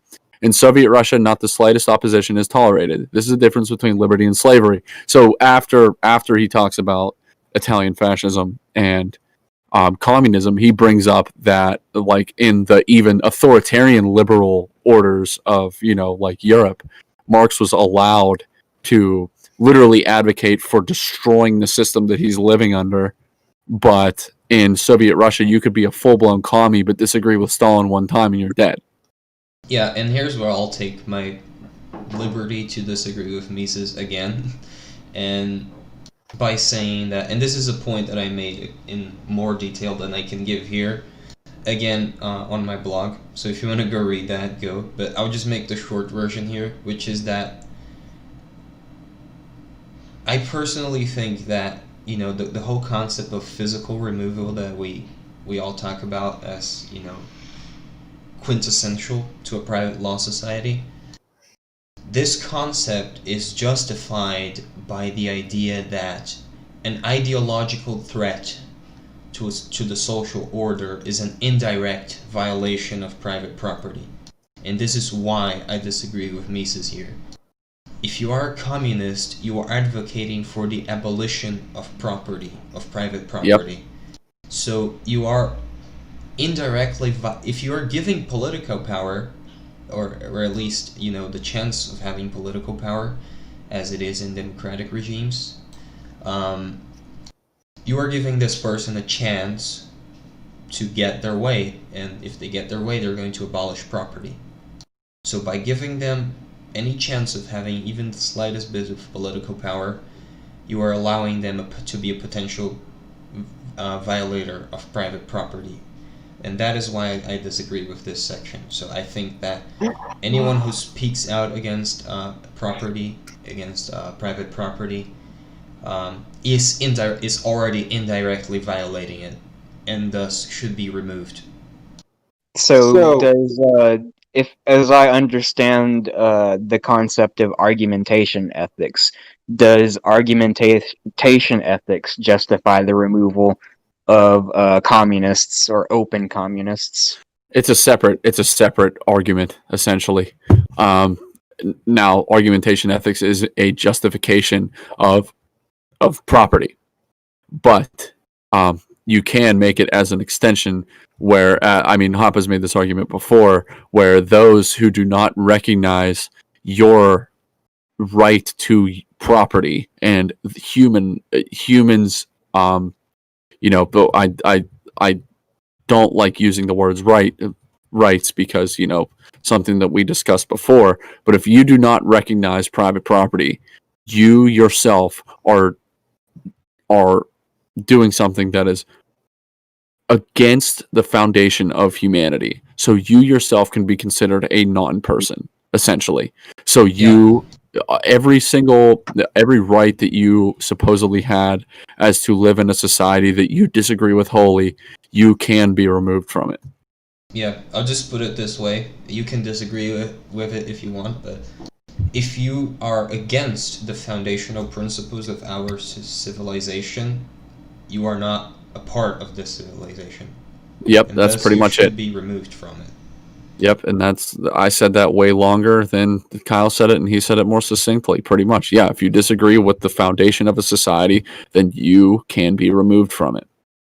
Yeah, and I'm not talking about democracy, so I should be removed from democracy. No, because democracy is not our society. Yeah. Our society is made up of several concepts, several ideas that were, conflated and put together and diffused throughout the ages. And, there are several pillars of Western civilization specifically. And just, if you disagree with them entirely, if you think, just to name a few examples, one of the foundational principles is Christianity. So if you advocate for the complete, elimination of Christianity, you are disagreeing with a foundational principle of Western civilization. Or the same could be said about race. But, just so you get the gist of it, I'm not talking about the form of government, I'm not talking about regime, I'm talking about, the most basic cultural ideas that make up a civilization, that make up a nation.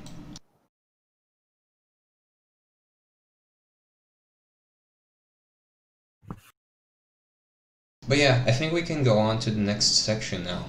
Yeah, Colton, you're up. So can you hear me? Yeah, we can hear you. Okay, Yeah. So there was something I wanted to speak about 20 minutes ago, but I finally fixed my microphone just now. All right. So if you want a really good refutation of the Whig theory of history, there was 2 Hoppe videos, or Hoppe lectures really. It's the Arrows of Classical Liberalism that he gave in Australia, and then there was the In Search of a Greater Historical Narrative, which is a PFS speech that he gave not a couple years ago. Yeah, the Libertarian Search for a Grand Historical Narrative is a awesome speech, and the Errors of Classical Liberalism was also is something I go back to a lot and watch just because it is Errors of Classical Liberalism is a unreal lecture, and it really that's another veil lifter if you try and really hold on to some of the ideals that you thought were libertarian back whenever you were first getting into the ideas. Yep. Okay, so let me try to open up my notes. Because I closed everything because I didn't realize my microphone was off, and I just thought I couldn't get it in edgewise. But anyways, freedom from arbitrary action of office holders is not sufficient for liberty. The critics of the classical liberal order are right in this. These critics, by focusing on this truth, are arguing against what no advocate of liberty denies. What gives individuals as much freedom as is compatible in life and society is the market economy. No law written down can generate this freedom, but merely protect the freedom generated by the competitive economic system from encroachments by the police power.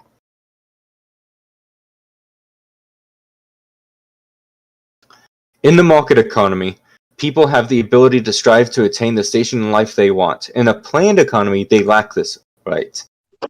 The individual depends utterly on those in positions in power.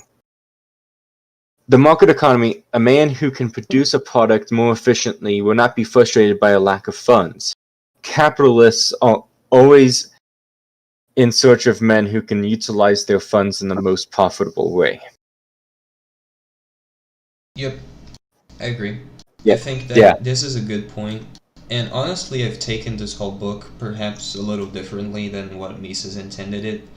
I think that it's a more useful argument against the fascists and third positionists, which is an argument that I care more about, because I think that most leftists are just too far gone. There's just no point in discourse with them at all.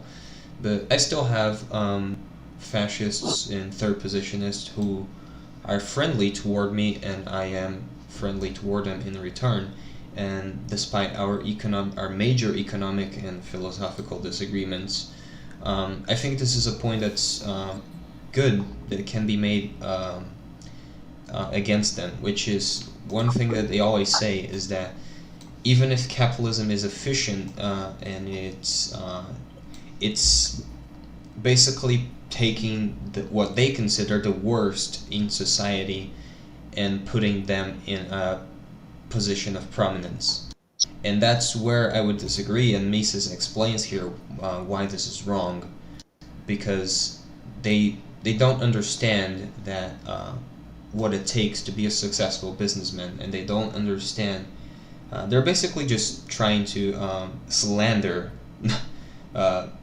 businessman and entrepreneurship as a whole, because they don't understand it. And just being able to, produce and serve society through the market is worthy of being in a position of prominence. It is arguably one of the most important occupation within the market, because you are providing it people with the very things that allow them to survive. So, in a capitalist society, those who operate, those who participate in the market, those who provide goods and services, they are quintessential to the maintenance of that very society. They're not just like rugged exploiters, as Mises likes to refer to them ironically in this book, or I mean the way that Mises says that anti-capitalists refer to these people. They are very, very productive members of society. They are the most productive members of society, and that's why they are the most wealthy. So to say that they are not valuable just because they are not valuable in the same way that an artist or a philosopher would be is completely incorrect. That's all I had to add here. You can go on.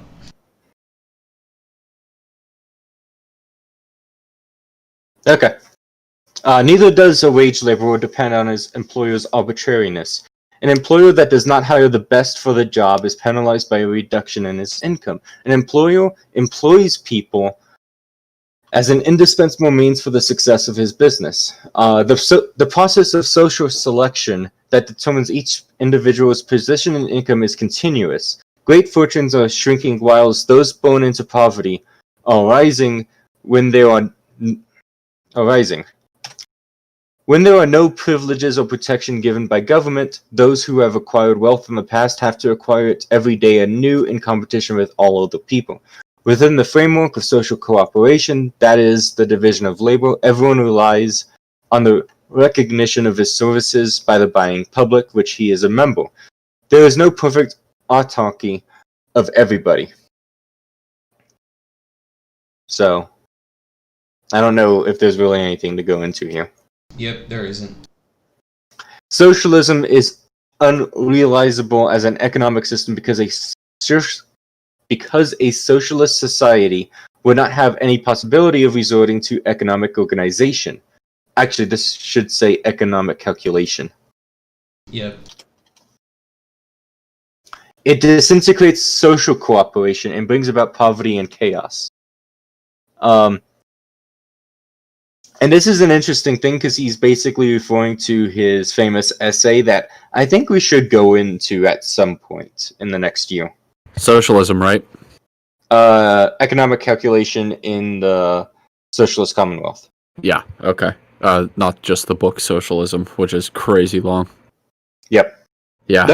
So Salerno, Salerno's lecture at Mises U this year, what the lecture was literally titled, Economic Calculation under Socialism or something like that. Hold on, I can pull it up right now. Under the Socialist Commonwealth. It's a very common Mises U thing. Yeah. Yeah. I having read portions of it, he doesn't make all the same arguments Mises does. He kind of tries to distill it. Yeah, but Mises literally says that economic calculation, it's not difficult under socialism, it's impossible. And Salerno did literally say, whenever he was talking with Rothbard about it, that he was he's kind of being facetious, isn't he, saying that it's impossible? And he says that, I guess Rothbard went back and was just no, literally he's saying it's impossible, because the only way that socialist regimes can survive is because they go off the prices of the capitalist regimes. There is no price structure in a socialist society, and the only way for them to be able to calculate anything is to use information from those who have been able to use prices as information. Right, and been able to develop prices. And the fact that the reason why the economies of socialist countries the stream from yesterday got copyright claimed, and I'm trimming out part of what Esso said because Esso's video used graphics from a music video from India. Lol. So. Yeah, Emo, no, I don't think it's lagging anymore. Maybe it was for a little bit, because like I said, I think last week, my internet hasn't been the best lately. I'm gonna move soon, so I'll get that fixed. Got interrupted for a few seconds, but right now it says that everything's fine. When I get my computer, I might be able to do it if you're not able to do it, or if anybody else isn't able to. Yeah, it's just that my upload speeds have been a lot lower than they are supposed to be, and I need to call my ISP about that. But since I'm gonna move soon, I just decided to wait, since I'm gonna have to call them to move the internet. So call Bolsonaro. Yep. I'm gonna ring my boy. Okay. So let's continue with the notes. It cannot be said that non-Western countries existed in a state of barbarism before the Western man found them. They did have their achievements, but their efforts of progress were arrested. Their cultures became numb and dull, and they lost the ability to cope with economic problems. Genius withered away from their society. The ancient works of the Orient can be compared favorably to the valuable works of the West of antiquity. But for many generations, the East has not created any book of importance. In Europe, there was commotion. In the East, there was stagnation, indolence, and indifference. The difference is obvious. The East lacked the idea of freedom from this could emerge and pay the salaries of authors, artists, and intellectuals in the East. Yep. To summarize, community of individuals that could compete for the highest prices. The East was blah blah. I can't say big words today. Agglomeration.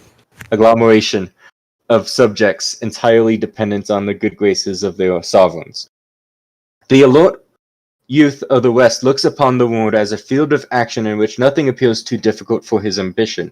The meek progeny of Eastern parents know nothing else than to follow the routine of their environment. It is ambition in the West and state oppression that subjugated it in the East. Yep. So what he's saying here is that in this whole section, I guess, is that the reason the East has stagnated so much is that it doesn't have capitalism. Right. But he does what is it called? He does note that it's the idea that in order for someone to be wealthy, someone else has to become poor, is an idea that was common. Yeah. It's still common nowadays in the West with socialists. I mean, that's what they believe. If you just ask the liberals, if you just ask the contemporary liberals, I should specify, they will just say that, there's poor people because the 1% are earning too much. And that's Bernie Sanders' whole talking point, his only talking point. And that's just wrong. Because it's not, it's capitalism is an ever-growing pie. It's not a fixed amount of capital that's just being redistributed from the poor to the rich. It's, an ever-increasing amount of capital that's, being distributed to all of society according to their productive capabilities. Alright. So, Rare in Silverton, they plunged it into slavery. Tacitus sadly observed in speaking of the Romans of the age of Tiberius. But once was the greatness of the West has started its plunge into the slavery of the East, and Mises saw this coming in the 50s.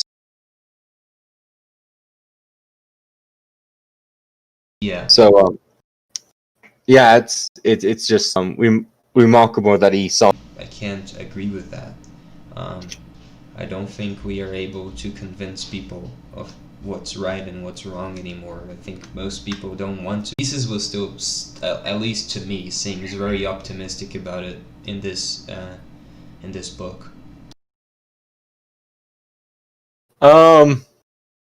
Possibly. We're gonna get into that in chapter 5, because he does actually not put the blame on the... Anyways, we can get into it. But yeah, he doesn't necessarily put the blame on the people who propagate this nonsense. It's mostly in the masses that adopted it. Yep. So anyways, chapter 5, Anti-Communism versus Capitalism.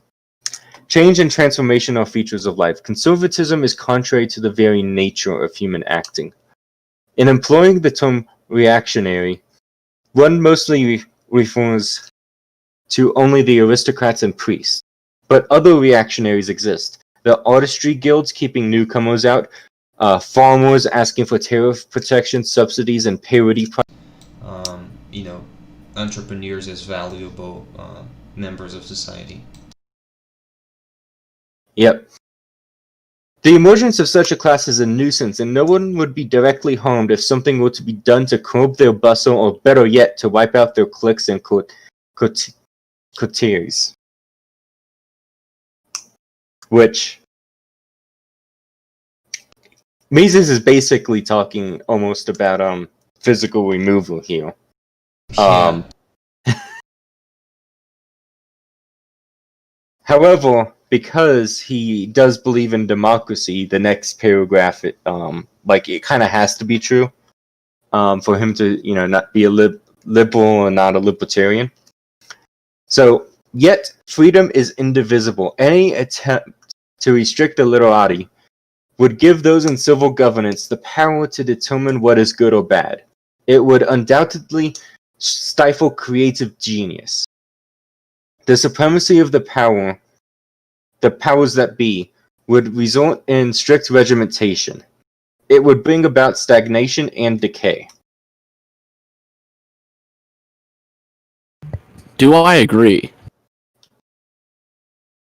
So, what he's talking about here is the state. And if you give, let's say, the president the power to decide who to forcibly deport because of the wrong opinions, it's obviously going to stifle discourse. Because the president isn't... We know the president isn't going to be, anyone that argues against private property rights is going to be physically removed. It's going to be whoever disagrees with him. Maybe I shouldn't say civil governance. I should probably say the head of the police or something like that. Yeah. Yeah, this is a complicated topic. I think that I agree with him on the point that I mentioned earlier, which is that, if you just have a government or a legal institution dictating who is allowed to do things and who isn't allowed to do things, and this is notable under fascist corporatism and communism, which is you have all of the arts, they are government sponsored or at least government permitted, and you're basically you have to get through the government first before you are able to create anything, and that's the major thing that hinders creation as a whole. I think that a better way to approach it would be to allow all creation, and then just get rid of the things that are considered bad. So if you just let people create art and stuff without any initial hindrance, you can just get rid of all the communist art later on. Like after it's been created, you see, no, this is communism, and then you just get rid of it. You're still allowing creation to take place. It's better than making sure that it's not going to be communism or that it's not going to be this or that before you allow it to be created in the first place, because that's where the major hindrance to creation as a whole happens. Is there really a difference, though? I think so, yeah. Because you're still giving the president the power to just get rid of... in a liberal democracy like we live in today, that's pointless. I don't believe in giving the state any more power, because it's obviously just going to be used against... Next point, more corruption and intellectual sterility of lewd authors and artists is a ransom mankind must pay lest creative from accomplishing their works. The first thing a genius needs to breathe is fresh air. Mises was pro-porn?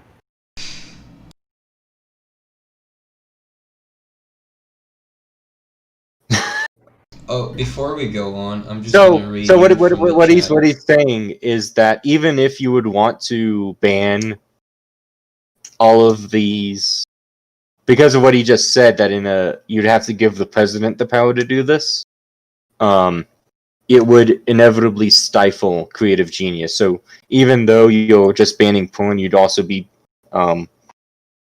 just putting general bans on art and music and other types of things. Yeah. Anyways, Kyle? Something we are allowed to or willing to address, but I'm gonna read it anyways. So United Teddies asks, what is the Hoppean capitalist solution to the J problem? Does anyone want to answer that?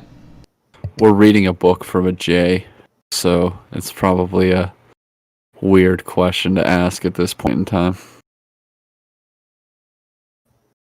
Topic, and it's something that I'm not even sure we would be allowed to talk about on YouTube, so it's probably not best we go into that right. Can you hear me now? Yep. Yeah, we can emo. Okay, so Okay. I'm not. Flintlocks has the correct suggestion that private property lets you eject people for any reason you want.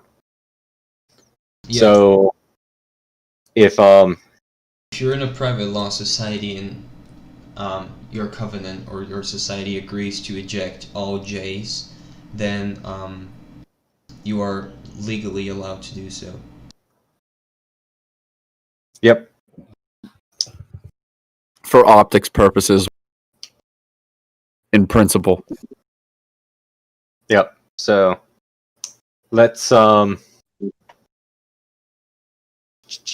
So, it is not the doctrines themselves that generate disaster, but the fact that they are accepted readily by the masses. Which there's the Hans Holman Hoppe quote about the masses. I don't know if anyone has it readily available. I do not. Hoppe is a notorious critic of democracy, so he would have much to argue with Mises on these points, and it's just even Mises seems to agree that the masses are more susceptible to these kinds of ideas. Yeah. 1 second. Yeah, his defense of democracy, while talking about how susceptible the masses are to terrible ideas, is strange, but I understand it. You know what I mean? Like, it's like, what was the alternative? It's a very traditional conservative defense of democracy. It's like the Churchill defense of democracy. So democracy is the worst form of government, except for all the others. That's like. So the popular vote. The masses everywhere are ignorant, short-sighted, motivated by envy, and easy to fool. Democratic politicians must appeal to these masses in order to be elected. Whoever is the best demagogue will win. Almost by necessity, then, democracy will lead to the perversion of truth, justice, and beauty. Yep. I 100% agree with Hoppe here over Mises. And yeah, I think that Mises is just more defending democracy on principle. That very traditional conservative defense of democracy, which is something we could talk about a lot, but yeah. Yeah, we can talk about it when it comes up, because I think it does come up in Human Action. So, the most pernicious society of the 60 years before the 50s, where Rothbard was writing this, which was George Sorwell's syndicalism and his enthusiasm for direct action. This doctrine captivated the literati and is a major factor in all subversive movements. You can guess where that applies in the liberty movement today. So, this syndicalism influenced French royalism, Russian Bolshevism, and the German youth movement, which resulted in Nazism. The main slogan was war and more war. War internally and war externally. War despised cool reasoning and sober deliberation. What counts for Sorrel is solely the deed. The blame for the spread of this is not on Sorrel or any of the dictators, but on those who did not refute the ideas. Many intellectuals either did not speak up or just accepted it. And it was only when the intellectuals realized that these dictatorships would not allow for. Yeah. So,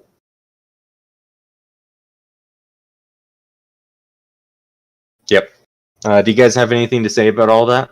Not really. It's also really interesting that he calls the fascists and the communists subversives, not just like one or the other.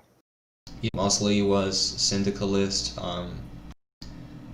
Mussolini was a socialist until he socialist part. I think he was kicked out of the Socialist Party or something. Right. But he was kicked out of the Socialist Party over direct action, not over a disagreement on socialism. Yeah. And you know, Hitler was always a socialist. He never disavowed the term. Yeah, so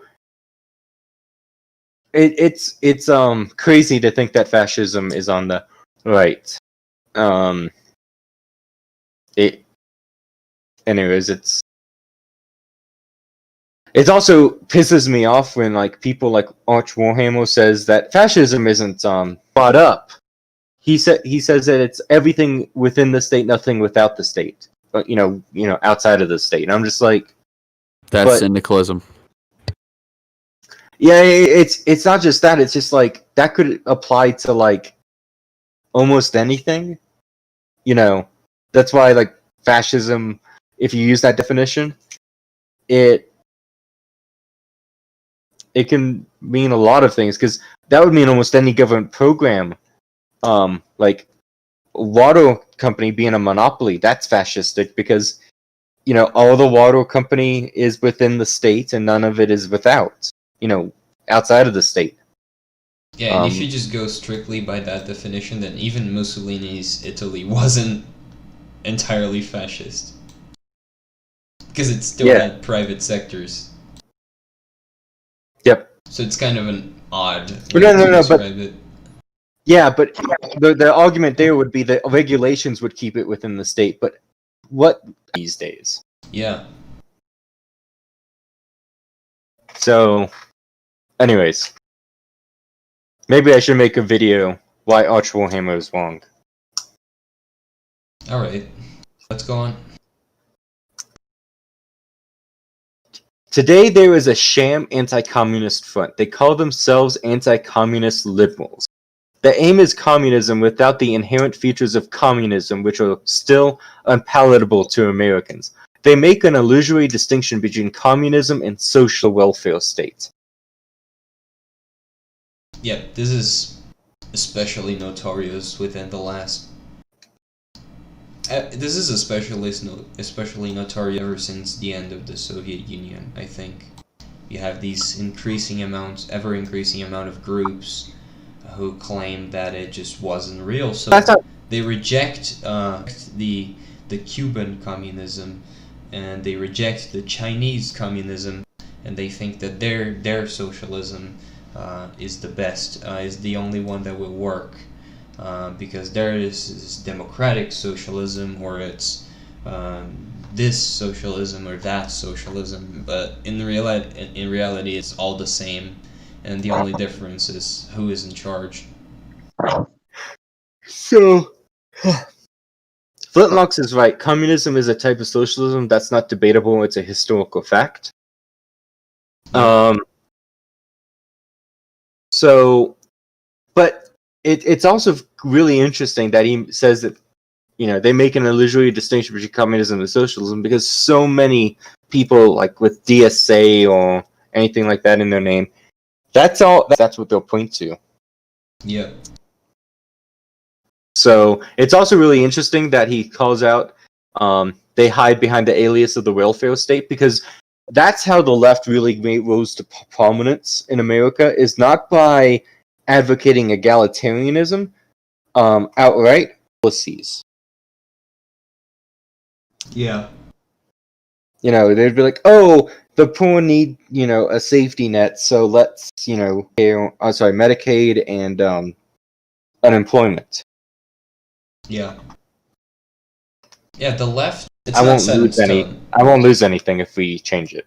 Yeah, and one thing I'd like, Bob Boverick is, I mean, I say this all the time in the group chat, but it's just like, that dude is so underrated among, like, newer Austrians that, like, it's just like, you know, he was an older guy, you know what I mean? It's just like Mises was after him, and, like, a lot of the newer Austrians just read Rothbard and Mises, and I cannot stress enough how important Bob Boverick is, like, in the, like, I bought, like I said in the chat, I bought Capital and Interest twice in the past 2 weeks because I forgot that I bought it the first time. But I haven't read it in so long. I don't even care because I'm going to give it to somebody. But, I mean, Bob Boverick is the absolute best case against the labor theory of value is in Capital and Interest by Bob Boverick. He was the first author to take Marx's ideas seriously as an economics textbook, and he fucking ripped it. Done. Over. It's insane that it's even out there. Yeah, I'm just realizing that there's at least three volumes of Das Kapital, and each one is at least 600 pages long. Yeah, it's crazy. It's insane. Yeah. Yeah, that's a lot to do. Yeah, I wouldn't want to do the whole. I wouldn't want to do the whole thing. I wouldn't want to do the whole thing. I would. Good. How should I put this? If you want to do this, like without having to read the entire thing to figure out where it is, we would need basically chapters that we're going to be reading. Yeah, that would be a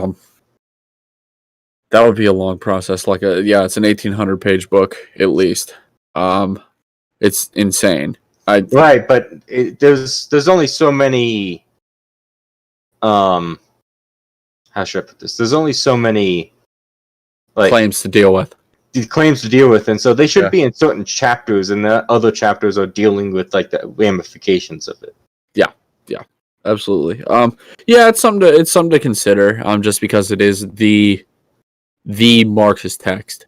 Like right here, chapter 16, part 5, chapter 16 of volume 1, absolute and relative surplus value. Yeah, I mean it's important to understand, but it is an absolute bitch to read. As much as I complain about like Man, Economy, and State and Human Action just being like every single page you have to really like read and read and read. This with a dictionary. Yeah, this less so, but still an absolute bitch to get through. I also like how like one page is entirely footnotes. Yeah. Oh my god, what a nightmare! Like it's just footnotes from the previous page. Yeah. No. It has 2 pages of footnotes for what is in like a paragraph. Yeah. Crazy. Yeah, and then anyways, yeah, let's finish this up. Let's sorry for the decision here, but yeah, it is something to harp on. That most I would say there's about 5 communists today that have actually read Das Kapital, so maybe less. They would cite smaller works, I would say, but it is something to consider in the future. But yeah, it's like the Strasser brothers. No one's actually read them ever. There's people calling themselves Strasserists and National Bolsheviks. They've never, no one's ever read the Strasser brothers. No one took them seriously. To be fair, there are quite a few Hoppians that don't read Hoppe. That is a fairly true assessment of the Hoppian movement. I think it's a fair assessment of every movement. Most people don't read. Yeah. I mean, myself included. I don't call myself a Hoppian, but I have never read any of Hoppe's books entirely. I've read sections of them. I've read his articles and stuff, but I've never read any of his books from start to finish. Well, Kyle, it's fair because you've read more Hoppe than most Hoppians. So yeah, I still have read more Hoppe than most Hoppians. Probably. Yeah, I mean, just being someone who reads puts a class above most people. Yeah, true. I'm illiterate. I've read like 4 Hoppa books, and people always tell me I've like not read anything, and I'm just like, That's dude, hilarious. That is funny that like emo is like literally considered like by the loser kids, the loser brigade, as the Mises caucus boys would say. Freudian slip. But as the Mises caucus boys would call them, like the people who haven't, telling emo that he hasn't read Hoppa when he's probably read more Hoppa than like they have, or like even like he's watched more lectures and read more than they've even read. Like, the loser brigade types say like they're a pre-80s Rothbardians or something. I don't even know whatever they call themselves anymore. Left Rothbardians. Yeah, left Rothbardians with the New Libertarian Manifesto, Agorist Primers, whatever. But emo's read more Hoppa books than they've read Konkin books. Yeah. Or Rothbard books. And they call him like a fake Hoppean or whatever. But it's funny. Like, it is funny because you can tell that like they have no idea what the hell they're talking about. yeah, Yep. just because I make some obvious jokes, they lose. They're Because- still talking. They're still talking about the polyamory thing, and I'm just like, dude, it's not even funny anymore. Yeah, that joke was funny for about 3 hours. And then it didn't stop for 4 days, and I'm just like, You think that's how Hoppa feels about like like the helicopter thing with Michael Malice? Like, do you think that's honestly how he feels? Like, he was just like, dude, like I held a toy hell and have to go on for 10 fucking years.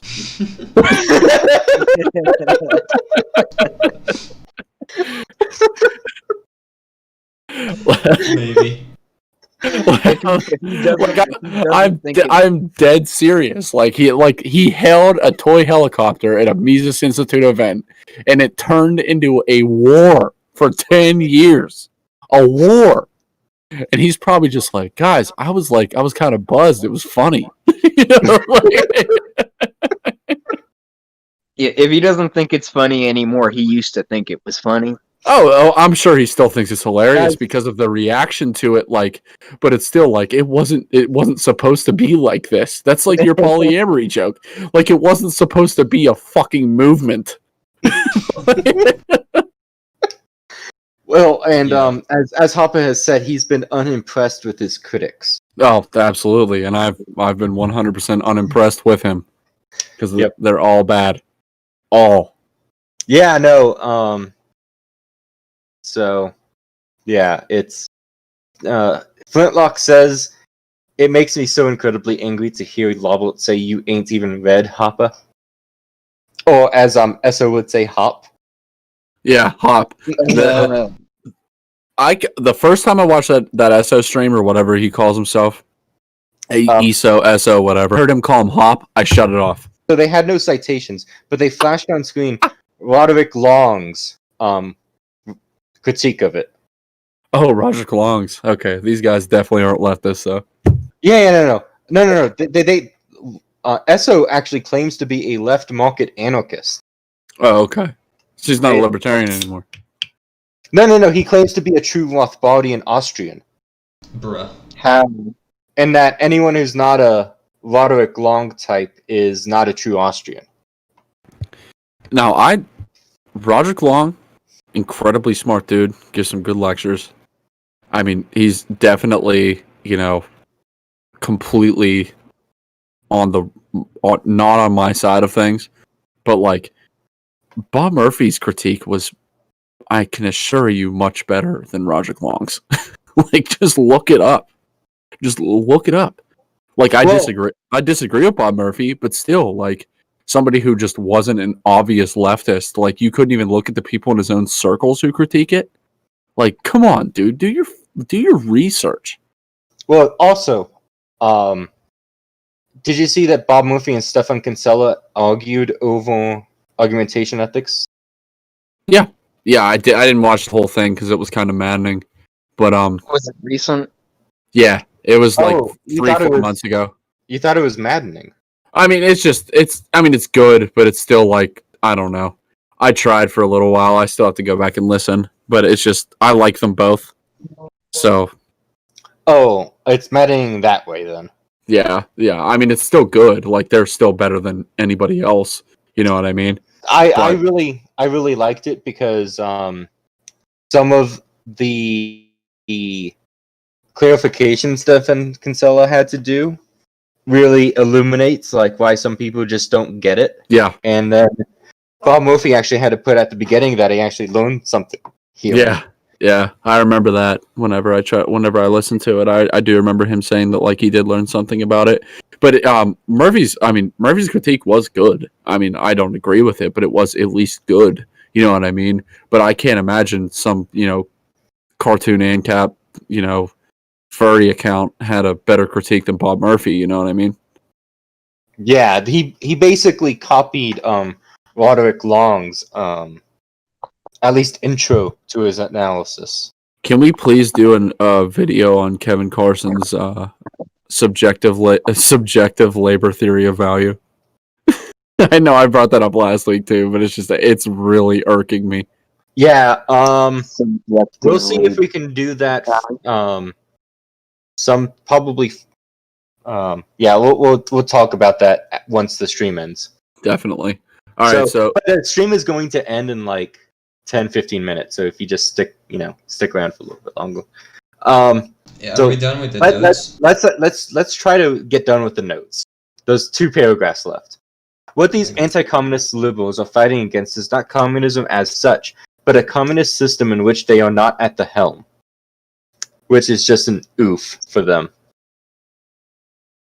An anti-something movement displays a purely negative attitude. It has no chance to succeed. People must fight for something they want to achieve, not simply reject an evil, however bad it may be. They must, without reservations, endorse the program of the market economy. And this is the point I tweeted out like 2 weeks ago, is that you can't just reject evil, you have to embrace good.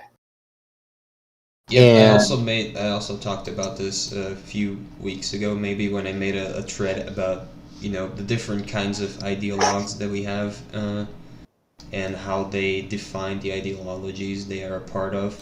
So we have certain movements such as the conservative movement, which are purely reactionary movements. They don't have any principles they embrace.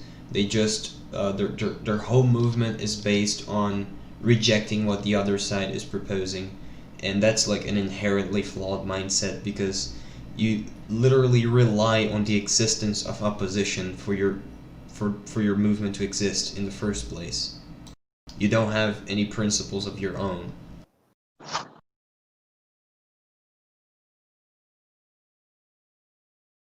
So that's what he's going on about here. Yep. So, do you want to summarize that? Yeah, I have a so now that we're done with the book, we're done with the chapters. I have a critique of the book, a review actually, that was published in 1957, so in the following year, by the magazine The Economist. So this is from their April 13th, 1957 edition. I'm not going to read the whole thing. It's relatively, it's like 4 paragraphs, so I'm not going to read the whole thing. But I am going to read the short version that's available here on Wikipedia, which I guess has all of the key points. So, The Economist called The Anti-Capitalistic Mentality by Ludwig von Mises a resoundingly silly caricature of economic liberalism. So, I did read the whole thing, I'm just not going to read it now, but they had a very negative opinion of the book. They said that it was resoundingly silly. They said that they start the review by calling it a sad little book. And they said that it was very simplistic and dogmatic, and that it approached things with an abusive tone. I want to start about the abusive tone. We talked about this. How a lot of it just feels like a rant and feels like he's mad at people and just going off. But that doesn't make him wrong, right? But so yeah, I will agree to this, abusive tone. I said this, I think, in the first episode, specifically because of the tone of this book. It's not something I would recommend to anyone who isn't already a libertarian or already a capitalist, because it's just gonna feel like an insult, and it's, if anything, going to make them like more averse to Mises than if they didn't read it, or at least if it wasn't the first Mises book they read. Well, they go on to say that the book would receive low marks if presented by a second-year undergraduate to his tutor.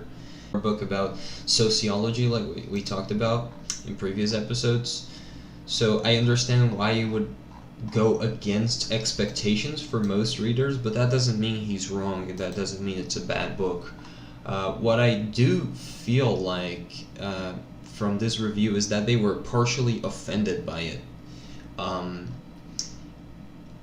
Probably, I mean, as journalists, I can say that probably some of the people at The Economist were not on the right even then. I would 100% say this today. I'm not sure how it was back in the 50s when this was written. I do know that they are not the most that they are not friendly towards laissez-faire capitalism and total capitalism as a whole. So it's not unexpected that they will criticize it. But I just think it's a very, very low effort, which is why it was kind of funny to me. Very low effort review. They're just basically saying that the book is silly because he's just attacking people. That's not really true. As we have covered, he has very good arguments. Even if sometimes they are very specific arguments, that doesn't mean they are invalid. He just explains the basic anti-capitalistic mentality. He is not trying to explain why every person who dislikes capitalism does. He's just trying to explain why a lot of people unconsciously reject capitalism or are more eager to embrace anti-capitalistic ideologies. He's not really talking about any specific persons. He's just talking about certain groups and why these groups tend to think in a certain way, which is not really an invalid argument, I would say. But that's what the review is suggesting. Does anyone want to add to that? I would say that some of his arguments, if you don't understand capitalism, could seem as if they're not fully substantiated. Yeah, there's a lot of things in this book that's like, I'm pretty sure we've mentioned this in previous episodes too. There are a lot of things that he says there are like given to, they're like a given to any libertarian or to anyone who subscribes to Austrian economics. They're just things that we all that we've all like accepted. Yeah, and it's also weird because in reading this book, I watched a bunch of interviews with people, and someone is actually persuaded to libertarianism with this book, like from being a Keynesian type person to being Austrian. Yeah, we mentioned this as well. I think he was from the Human Action podcast, right? Right. I was wondering if it was the Human Action podcast or another interview I was watching, but yeah, it's just very interesting to me because it's like, this is not a book I would expect to be an evangelical book. Yep. Yeah, I would say, as I said, this is a book that's meant for people who already subscribe to Austrian economics, who are already capitalists. If you give this to your average communist, to your average fascist, it's just going to make them angry.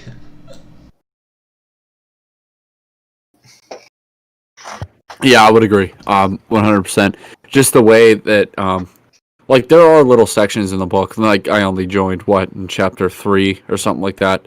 But there are like sections in the book that come across as, you know, mocking of the economic leftists. But there are also, especially in this last part, where it really does explain that, like, you people don't understand how shit works. And you need to start understanding. So, like, there were a couple sections that were a little, more personal, I would guess, where it's just like you people are just jealous or something. But then at the last section, like this part, where it's just like you genuinely don't get how capital forms, and you think it's just greed, or you think it's just like magically appears and people steal people's labor. You So, just don't understand where it comes from. so Taylor, he basically oscillates between what you just said and saying it's just envy and hatred.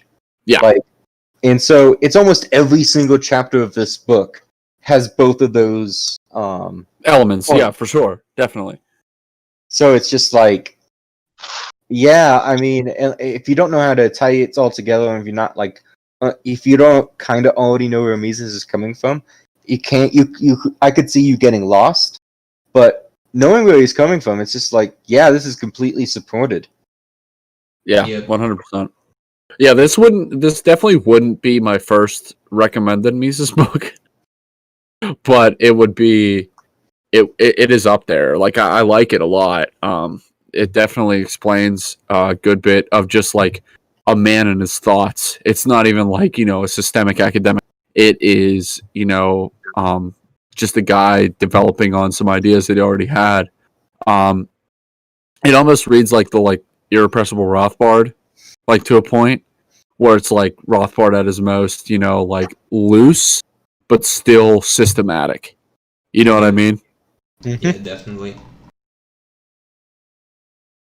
But it's just like the irrepressible Rothbard wouldn't be my first Rothbard book to recommend to people. But after they read maybe For New Liberty, or The Anatomy of the State, maybe the irrepressible Rothbard would be good whenever they get to the more right wing socialist conservative side, because that's mostly his paleo writings. But those are my favorite of his. Obviously. But yeah, still, this wouldn't be my first Mises book I recommend, but I would absolutely recommend it. It was great. I mean, I liked it. Like, I still have to read the first 2 chapters because I joined halfway through. But for what I read, it was awesome. Yep. And I'll just go and take the liberty to add that I don't care about what The Economist has to say about the book because I don't like their shareholders. Not even one bit. Yep. I'm not going to say who their shareholders are, but you can look that up. I don't like them. Yeah, I mean, it's when somebody calls themselves the title of something that is very diverse, it's gonna suck ass. Yeah. You know, like calling yourself the Economist. Okay, you're gonna be one-sided, but present yourself to be an authority. Like, Yep. that's just, yeah, and it's just like, all right. Yeah, it's also this also explains why Business Insider is filled with communists. Yeah.